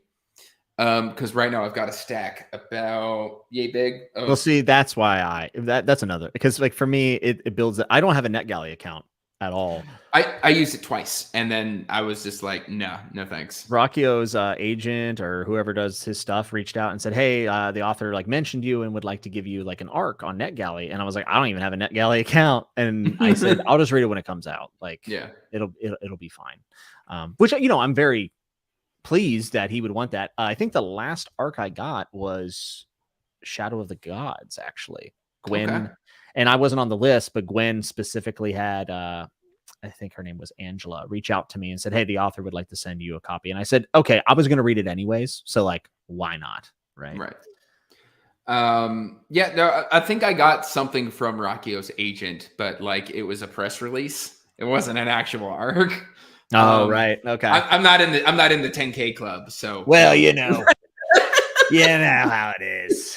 I'm still kind of waiting behind the red rope and just I know somebody in there, and they're between my page turns, I eat caviar and drink expensive liquor. Life hits different once you hit it. It's hard up here at the top by yourself, man. It's lonely. I mean, is that how you speak to Philip? Christopher has something here about arcs. He says arcs are super helpful for us authors, but I can imagine how overwhelming they could be for reviewers. So many books releasing every week. Yeah, and that's the thing. It's not so much that I'm even opposed to arcs or that like I feel like I can't give an honest opinion. It's more just like that pressure. Like I already have enough pressure to know that I need to post videos weekly. If I add any more pressure to reading, it will be less fun. And my goal is always to keep this to being fun. Now, that doesn't mean I won't read arcs, It just depends. Timing, who it is, when it is, what work's doing. There's always other things. So there's a lot that goes into arcs for me, because now that I've got like a backlog, when people reach out to me, they're like, hey, my book releases in 3 months. I'm like, that's great. Like, if you want to send it to me, I can't promise that you're gonna go on a schedule, and there's a good chance that I'm not going to get to it before release. Now, if you're willing to take that, then sure, feel free. And then there's also the other side of guilt, because one of the things that I do is like I've started uploading shorts, and I'll do like little skits with review arcs, so people can at least see these books, because I do a lot of self-pub. The problem when it comes to self-pub is if I don't like that book, and I'm the self-pub guy. We kind of mentioned this a little bit earlier. of people can kind of fall into a rhythm with a reviewer. And so if I don't like an arc, well, now I have a decision to make. Do I talk about not liking this book and potentially wreck potential sales for this author? Or do I just deliver that back to the author and see if they're going to fight me on it? Or do I just say nothing?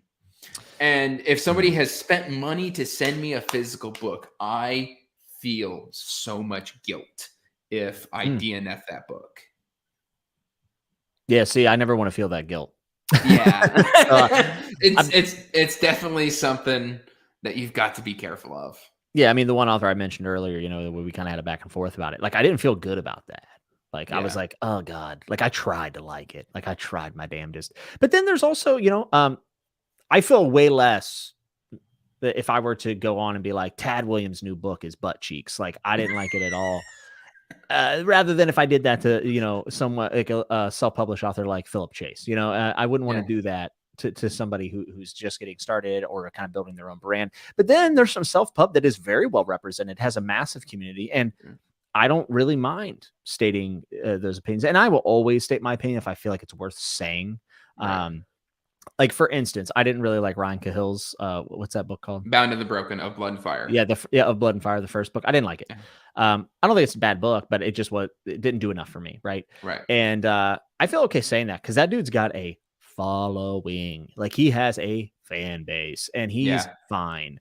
Now, obviously, fine and being where you want to be are two different things. So I'm not trying to slam the guy or anything. I'm not saying that he's Brandon Sanderson, but like that's one that I feel a little better about because one, it made me want to talk about it because that was very hyped. A lot of people told me it was like the best self-pub book of the last like 5 years. So I read it and I bounced off of it. It's adult Aragon is what it is. It is misrepresented in the community.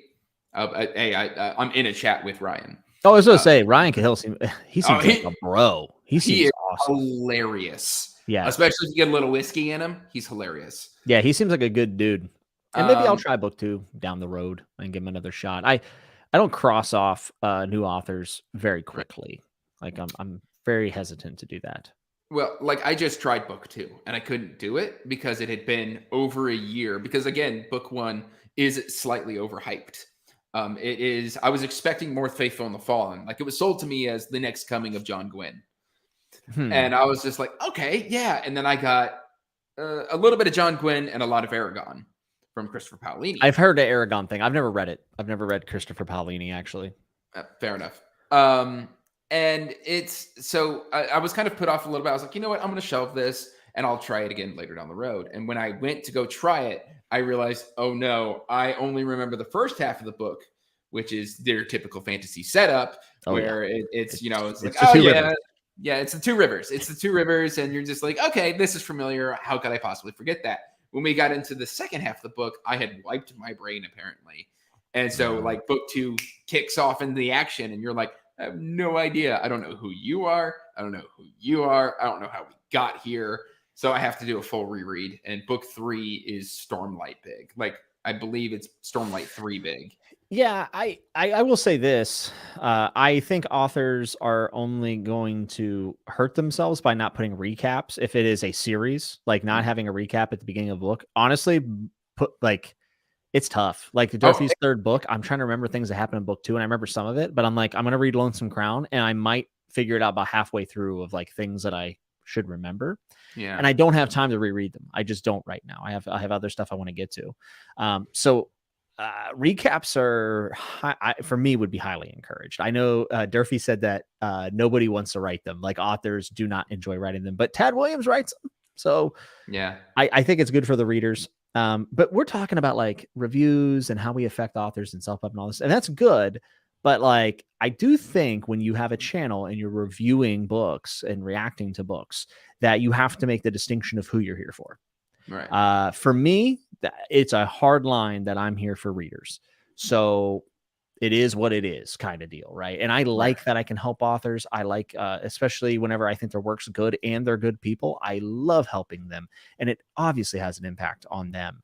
And this is a lot of people's dreams and I want to support them. But at the end of the day, my channel is for the prospective readers who are trying to filter through thousands of new releases a year, or thousands of stuff in the backlog of all the decades of fantasy, science fiction, and literature, everything.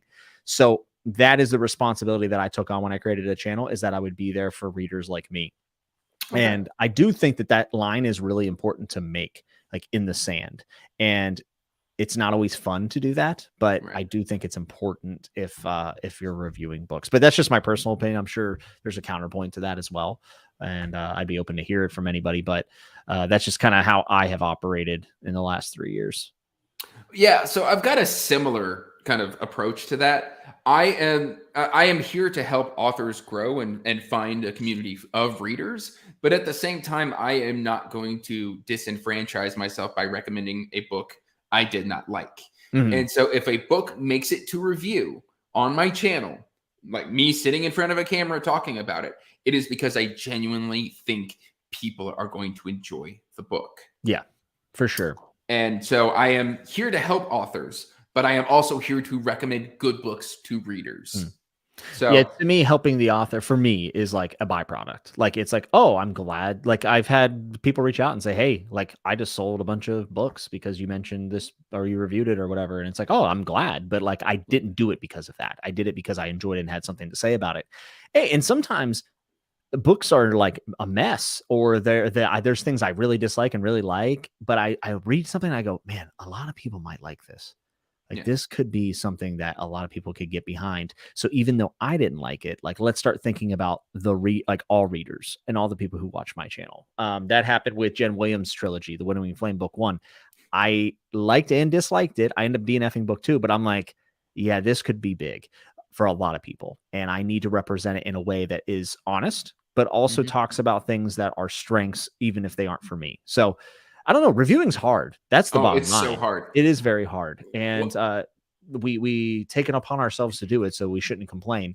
But it's just, that transparency of knowing how difficult it is to think about it from your subjective point of view, but also to consider your audience and other people who are visiting your channel for the very first time. It's a lot to consider. And I think it's very evident the people who create videos or write reviews or whatever, the ones who actually take the time to construct those and to be careful about what you say. And I don't mean careful as in like, don't say anything mean. I mean, like, the way you represent your argument essentially for a book or against a book. And no one has to do that. You can obviously just like riff it and do whatever. Who cares? I am a riffer. Yeah, why not? I mean, and I don't mean like writing a script, but I'm just saying, like, consider what you're saying. Oh, no, I mean, I consider like plot points, structure, pacing. Yeah, I don't think, when I say riffer, I don't mean it in really a negative way. And I think you're thoughtful. I mean, I think you collect your thoughts and you put them out in a way that people can digest either way. Like, I think people know what you're saying. Yeah.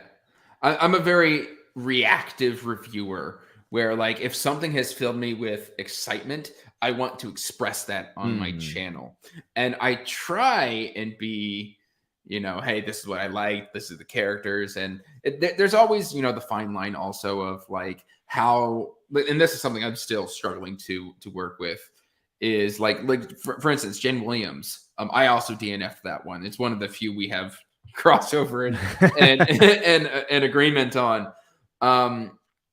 I didn't do a book review of it because sometimes I struggle with my mother popping into my head saying, if you don't have anything nice to say, don't say anything at all.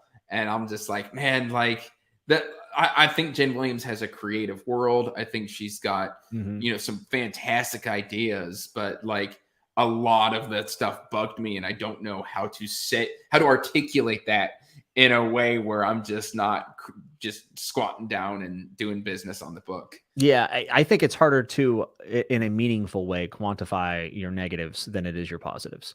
Yeah. I think positives, it's very easy to figure out why you like things because we're always trying to figure out the next things that we like. But to actually have like a meaningful conversation about the negatives rather than just saying book sucked, boring, which is valid. You can do that. Like, we're on a website where people upload videos of themselves eating Tide Pods. Like, there is no standard on this website. So for the people who say like, you can't do, and I'm not meaning Philip, but like there are people who, want everyone to talk a certain way about books. Give up. It's not going to happen. This is YouTube. It's whatever you want it to be. You can make a review of pudding and then a book on the same channel. None of it matters. We're just here to have fun and hopefully, kind of curate an audience that wants to hear our opinions on things. So I'm not saying you can't say a book sucked, boring, bad. That's fine. You can do that. But for me personally, I take it upon myself to kind of challenge myself to be able to quantify what I actually didn't like about a book. And it's fun. It's a lot of fun because there's things I dislike about books that I really enjoy. Like We Ride the Storm by Devin Madsen. I really enjoyed that book, but there was stuff about it that I didn't like. And I was trying to figure out, like, how do you balance a mostly positive experience? It's tough. There's the beheading aspect of that book. There's so much beheading. I really struggled. After the third beheading, I was just like, okay, this is getting to be a bit much. I almost felt like it was cheeky. Like I almost felt like it was like it was obvious people were going to comment on it. You know what I mean? Like it was so much beheading that it kind of went too far and then got me back. Like the bit went so far that it got me back in. Because it felt like there was something intentional about it. There's a new book coming out. Yeah, I know. And it's the last one. I just got informed of that last night, so I read the first book and I liked it and I want to continue. And now that I know the last book's coming out, I might move that up, the TBR. There is a prequel, I think, to that one. There is, and it was self-pubbed, I believe. Yeah. So I think you are correct. There's a prequel trilogy, I believe, to that series. And then the sequel got picked up for Trad Pub. So you can, if you've got more to read if you so choose. But so I'm like I said earlier, I'm very reactive. Once I noticed the theme of beheading, like I was just like, okay, maybe this book isn't for me, and that's where I'll close the book and move on. Yeah, I mean, I totally get it. I read the prologue of The Spider by Leo Carew, and I'm like, oh, maybe I am going to DNF this trilogy after saying it was a priority a week ago. That one's again another interesting story because I tried The Wolf, and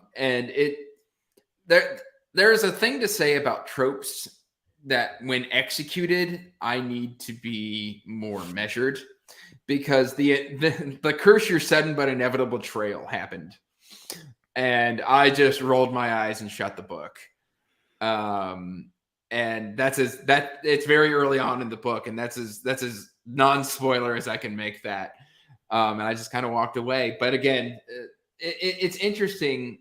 People say I DNF a lot, but I also have hundreds and hundreds of books on my TBR. And when I DNF something, it may be because I'm reaching for my next favorite read.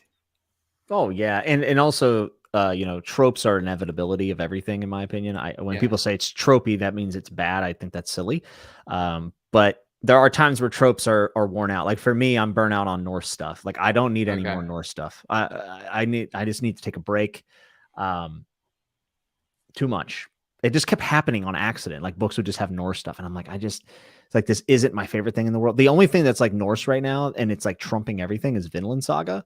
Okay. And it's like, so if you're not Vinland Saga, I don't know what you're talking about. Like, get out of my face with this Prince of Fools Norse stuff. I can't, I don't want to see it now. I want to see Thorfinn. I don't want to see anybody else. Alan's in the comments, rabble rousing. Just making patently false statements. The wolf is not better than the Winter King. That's absurd. Yeah, see, everybody is just calling Alan out for rabble rousing because he's saying stuff that even he doesn't believe. He's saying it while rolling his eyes to the back of his skull. I don't know. Is there any, so like, I kind of want to just shift topics real quick. Is there anything like last year that really like stood out and surprised you? Like you thought there's no way I'm going to like this. And then like, it just reaches up, grabs you by the scruff of your neck. Stoner is the easy answer, but everyone's heard me talk about that. So instead, I'm going to pick something else real quick. And it's also because I'm reading their other short story collection right now. And that's Ted Chiang's Stories of Your Life and Others short story collection last year. Okay. That should have made my top 10. I left it out because it was a collection of short stories, but that should have made my top 10 and probably like middle of the top 10. I think Ted Chiang is phenomenal. I've read very few people who can grab me like he can. And I had a really good discussion with Jake Bishop last night because I'm reading Exhalation, his other collection. And there is a 3 or 4 page short story in there called What's Expected of you or us, I can't remember the exact name. It's about determinism. And Jake actually gave it 0 out of 5 stars because he disagreed fundamentally with the way that determinism was portrayed in the story. I would have given it 6 out of 5 stars because I mean, in 4 pages, I loved it. I love the closing line. I love the premise, even though I actually see what Jake is saying. I don't think determinism is actually presented in the way that it should have been, like literally by its definition. But I think it was intentional, whereas Jake doesn't believe it was intentional. Okay. And there's a story in this collection earlier. The first story, it's about a gate and a merchant in Baghdad. And it actually goes into determinism and time travel. And it is almost like a counterpoint to that story. And I just think Ted Chiang is just like incredible. And he's such a low bar, like it's a low investment. They're short stories. Right. And there's been a few that I wasn't big on, but the ones that I'm big on are some of the best stuff I've ever read. The movie Arrival is based off a story of Your Life and Others. I mean, okay. I love that movie. The story is even better. I honestly have not heard of Ted Chiang. Oh, he is, dude. I mean, you like sci-fi, right? Like I'm not talking like just like I'm talking about like science sci-fi, like hard sci-fi. It really depends on how it's executed. Like if you're going to go into sci-fi, I need something more than just ideas. Okay. I think that Ted Chiang does a pretty good job of linking that. Now, some of them are purely ideas. Like there is actually the story Exhalation is like, it's very strange. I was kind of mid on it, to be honest with you. But like even then, the execution of it is so fantastic. I really, really implore people to at least give it a try. Like I said, it's a low investment. If you hate it, shut it. It's not a big deal. It was 4 pages or 10 pages, whatever it might be, right? For a short story. It's not like I'm asking you to read a 1,000-page novel. So you can boost your Goodreads stats or whatever if you're out there. As Alan would call it, cooking the books. Yeah, cooking the books. I like that. I like that a lot. That's good. I was funny. Alan, we were doing, it was either sprints or live streams. Alan comes on my channel a lot for sprints, which is always a lot of fun because my sprints are always chaos. Mainly because we do like 3 sprints and then we just yell at each other. And I mentioned something about I wanted to slow down from 210 to 150 books a year, which is books, which is one way to trigger Alan. And he was just like, I read 30 books, and in order to reach 57, I had to include novellas. I cooked my Goodreads books. I think like 30 books a year is a really good number. I think that's a good number. How many? Like 30. I think that's a solid number. I think you're taking time with every book. Like I like that. Also depends on the length of the books, right? Because I read, I think 100 last year, but I read a lot of sub 200 page books, like a ton. So, and I also included manga in that. So I think actual like books, and no manga, I think I read like 82. Honestly, whatever. So 210 was too much. I feel that's a lot. I feel that took a negative effect on my life. Like I was neglecting things I shouldn't have neglected. And so cutting back 60 books is probably like, 1 point, some fraction of a book a week. Mm-hmm. And reading one less book a week is still, I mean, I'm still closing out 3 to 4 a week. I'm 12 books on the month right now, and I'm getting ready to wrap up Dead House Gates, and Shadow of the Dead God, which is another Dresden clone. But it's kind of a Dresden clone. And so it's like a mix of Alex Vera's Dresden and The Crew, which is another self-pub book. Okay. But it takes all those kind of concepts, mixes it up, and is really interesting. So I'll be 14 books in January of 2023. That's a lot still. Yeah, that's a ton. Yeah. That's a tremendous amount of reading. And, part of it is I feel like, I've got the mountain of the TBR on my back. And in order to get through it, I read a lot in order to just try and chop it down. But no matter, like, I'll read 14 books and haul like 50. Like I'm ridiculous. It's asinine, and I need to be stopped. I need an intervention. I've just given up on trying to curate the TBR because now I'm reading like literary fiction as well. Like I just added all the classics to my TBR.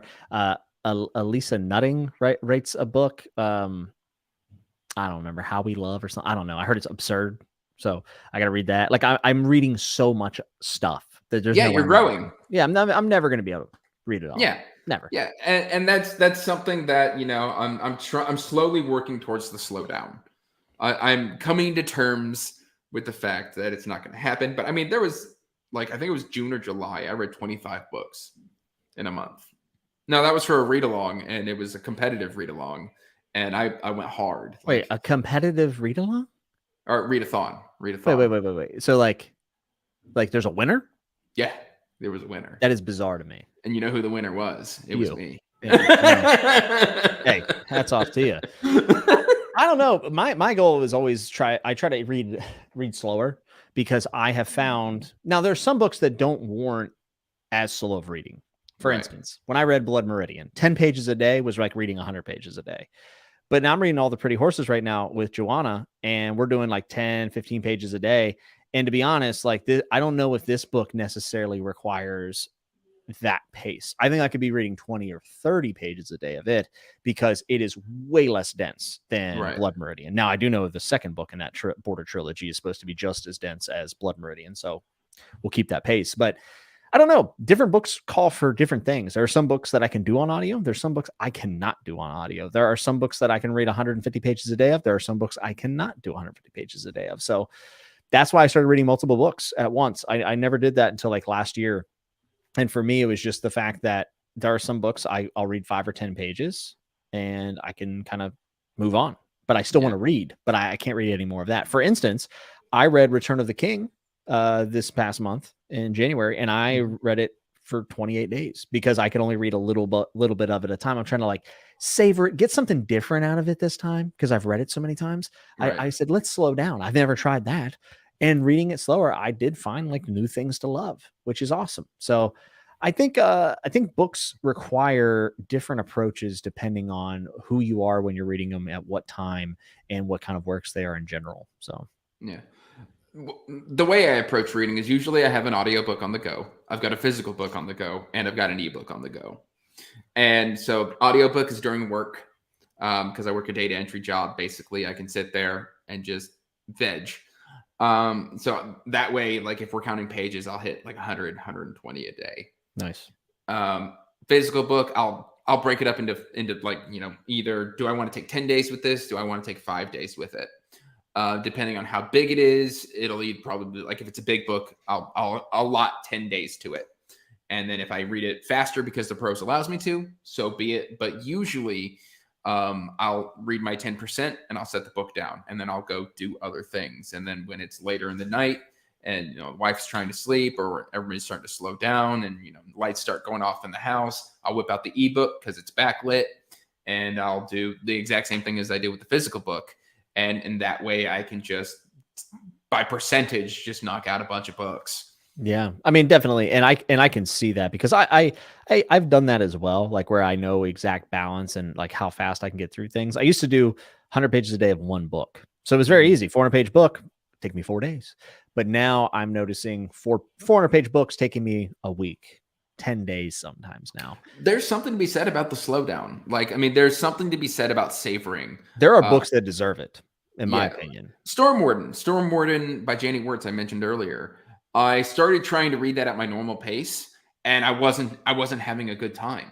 Mm-hmm. And earlier I made the statement, this might already be my book of the year, because I stopped and was just like, okay, what isn't working for me? Like, why? And I was looking at the words and I was like, the cadence of the prose is a bit different than what I'm used to, because Janie Wirtz writes, I mean, her mastery of the English language is her different. Vocabulary is absurd. Yeah, it's ridiculous. And so I was like, okay, let me try and slow down. And when I did that, all of a sudden things started clicking into place and aligning, and I was immediately like just transported into this book, and I couldn't stop. Yeah, and isn't that better than reading? I mean, I'm not critiquing you. I'm just saying, but like, I bet you that experience is better than getting 10 other books done. Like, absolutely, 100%. And that's what I'm saying. Like, that's really what we're looking for, right? As Right. readers, like ones that we can dig our teeth into and sit with a long time. And sometimes I think it's good to halt production and to say, Yeah. like, this is special. And those are the books Absolutely. that we put in our top 3, right? Yeah. Books Oh that yeah. kind of stand still or change you in some way. Blood Meridian was that for me. I mean, I read it the first time and I wasn't actually sure I enjoyed it. I was literally like, I I've don't heard know. that's common with Cormac I was McCarthy. like, I don't know what I just read, but I know it was profound, but like, I don't know if I liked it. And then I reread it immediately, and Yeah. if it wasn't for R. Scott Baker, Blood Meridian probably would have been my book of the year. But unfortunately for Cormac McCarthy, I know it hurt him a lot to come runner up. But I'm sure he still hasn't forget. He's probably sending angry letters to R. Scott Baker. oh, definitely, without a doubt. Yeah. Have you considered trying out Cradle? Oh yeah, I have all the books. Whenever they do the free book thing, I have them all. I'm not in the mood for that right now. Right. It's not my thing. The power up, level up, quick punch, super action. It's not necessarily the thing I always reach for, but I do get in moods for it. So, It's definitely one I would recommend the audio for. oh really? Oh, Okay. Travis Baldree is a legend. Okay. Travis Baldree, I don't know if you paid attention to the whole Legends and Lattes craze. He's a author slash narrator. He came from game development, and basically I think it was no, he probably did that pre-pandemic. I don't know, but basically, like he was an audiobook narrator first. He did NaNoWriMo and self-pubbed his first book. Within 3 months, it was picked up trad. Wow. Tor came in and was just like, hey, we want a trilogy from you.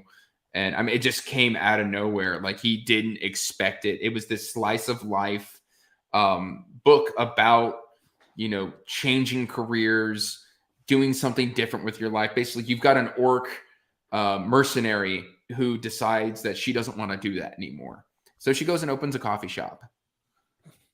And it's about found family. It's about enjoying life. And it's very low stakes, but it's high fantasy, low stakes. Yeah, but that's something people can connect to. And I think Yeah. specifically post-COVID, that changing gears and changing professions and changing industry is not only just something that a lot of people have done, but also something a lot of people wish they could do. Yeah. So I think there's a lot of value in that. But he narrates Cradle. And I listened to it on probably 1.5 speed. But I mean, he's a narrator who that's very doable with. And he injects so much character, not specifically emotion, but character into what's already on the page of Cradle. That like a lot of people say they don't care about Lyndon when they're reading the books. And I think that's because it's missing that little extra something that then Travis Baldree, which is something a good narrator can do, comes in and just kind of fills that void so that Lyndon then comes alive on the page. And Lyndon's the main protagonist. Basically, the whole premise is his clan thinks he's nothing. They think he's broken.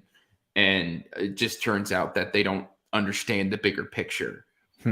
And from then it does do the whole progression power up thing. And it's just the grind, but there's a lot of fun. There's a lot of humor. It's a popcorn book. It's not something that you're going to sit there and think about profoundly forever. But if you were just like, man, I wish I could just do something kind of fun and explosive. And yeah, the next time I want to rewatch DBZ, I'm just going to read Cradle. That's my goal, right? That's exactly what you should do. I do that a lot. Like for instance, I tell people, if you want to reread Lord of the Rings, go read Memory, Sorrow, and Thorn. Like try something new, but still familiar. And that actually gets me into like a whole different can of worms. Like I find a bunch of new stuff whenever I'm really looking for, a reread of something. So the next time I want some power up, level up stuff, I'm gonna boot up Cradle. I'm excited for it too, because there's something nice about like a longer series with shorter books, which is nice. But a lot of the audiobooks are 7, 12, 13 hours. Nice. They're definitely like 1 or 2 days if you sit there and listen to them for a while, but they're not anything that takes a long time to digest. Yeah, which is fine. I mean that there's definitely a need for that and a market for sure. So, because we're such good friends with Alan, how do you think Alan is going to do narrating Edan? So at first, obviously, I recommended Alan. I'm the one that actually said, Philip, you need Oh, to seriously consider this. okay, So once again, I'd like to take all the credit for Alan's success in okay. his life and all of his accolades. Really, you should have me next to him. I would like to think that I have let him stand on my shoulders. Oh, okay. But in all seriousness, no, I recommended it because I think Alan can do a fantastic job, and I think Alan has the ability to be entertaining, yet not overtake the story. I think Alan's going to do a phenomenal job of that.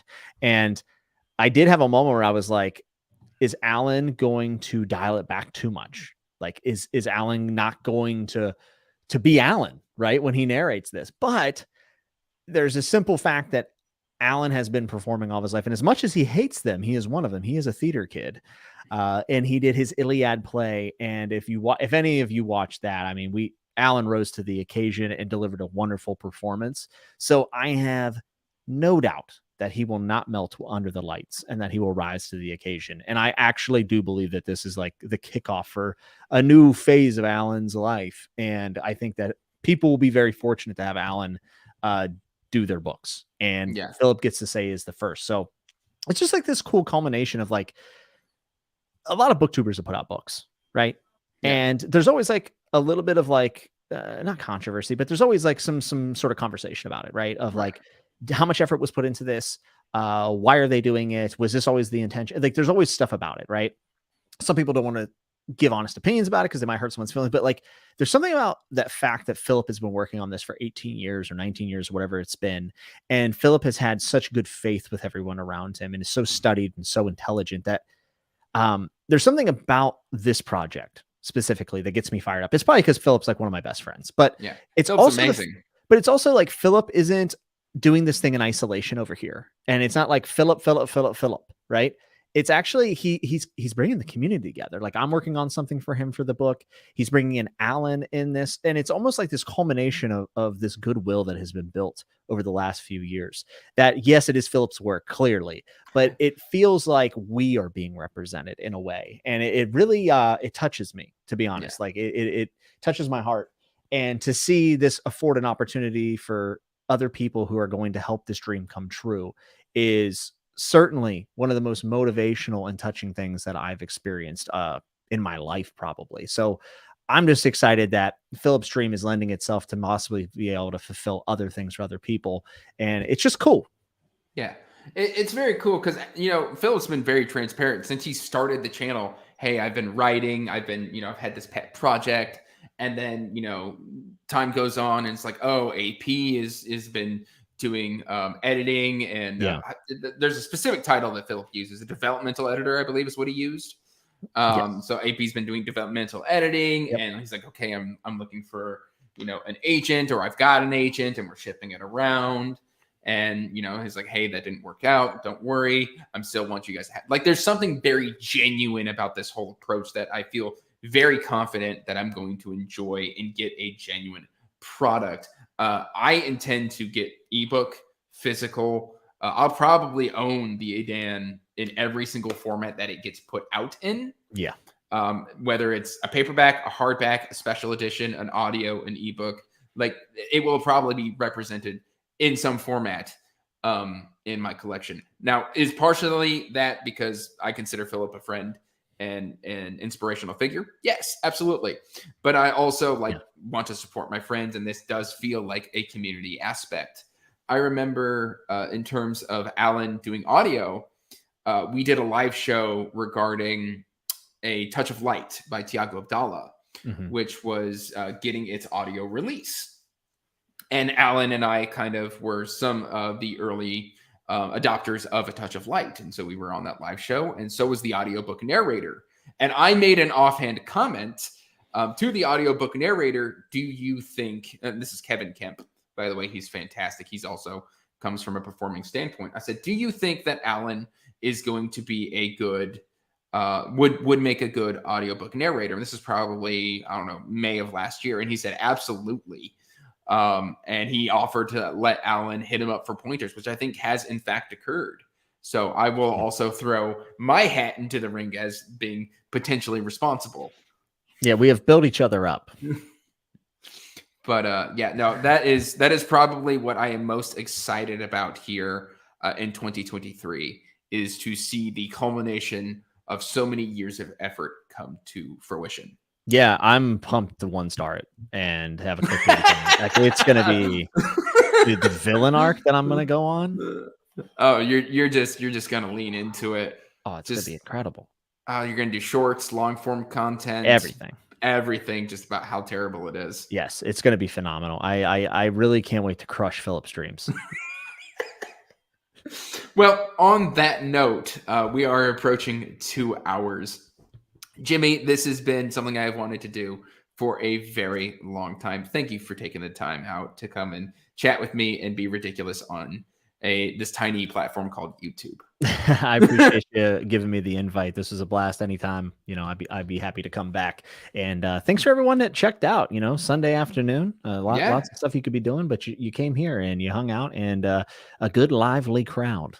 Yeah, absolutely. Thank you, everybody who tuned in. Again, I'm just a small peon compared to Jimmy Nuts, but if you haven't checked out his channel, I recommend you do so. That said, guys, till next time, peace out. Keep turning the page.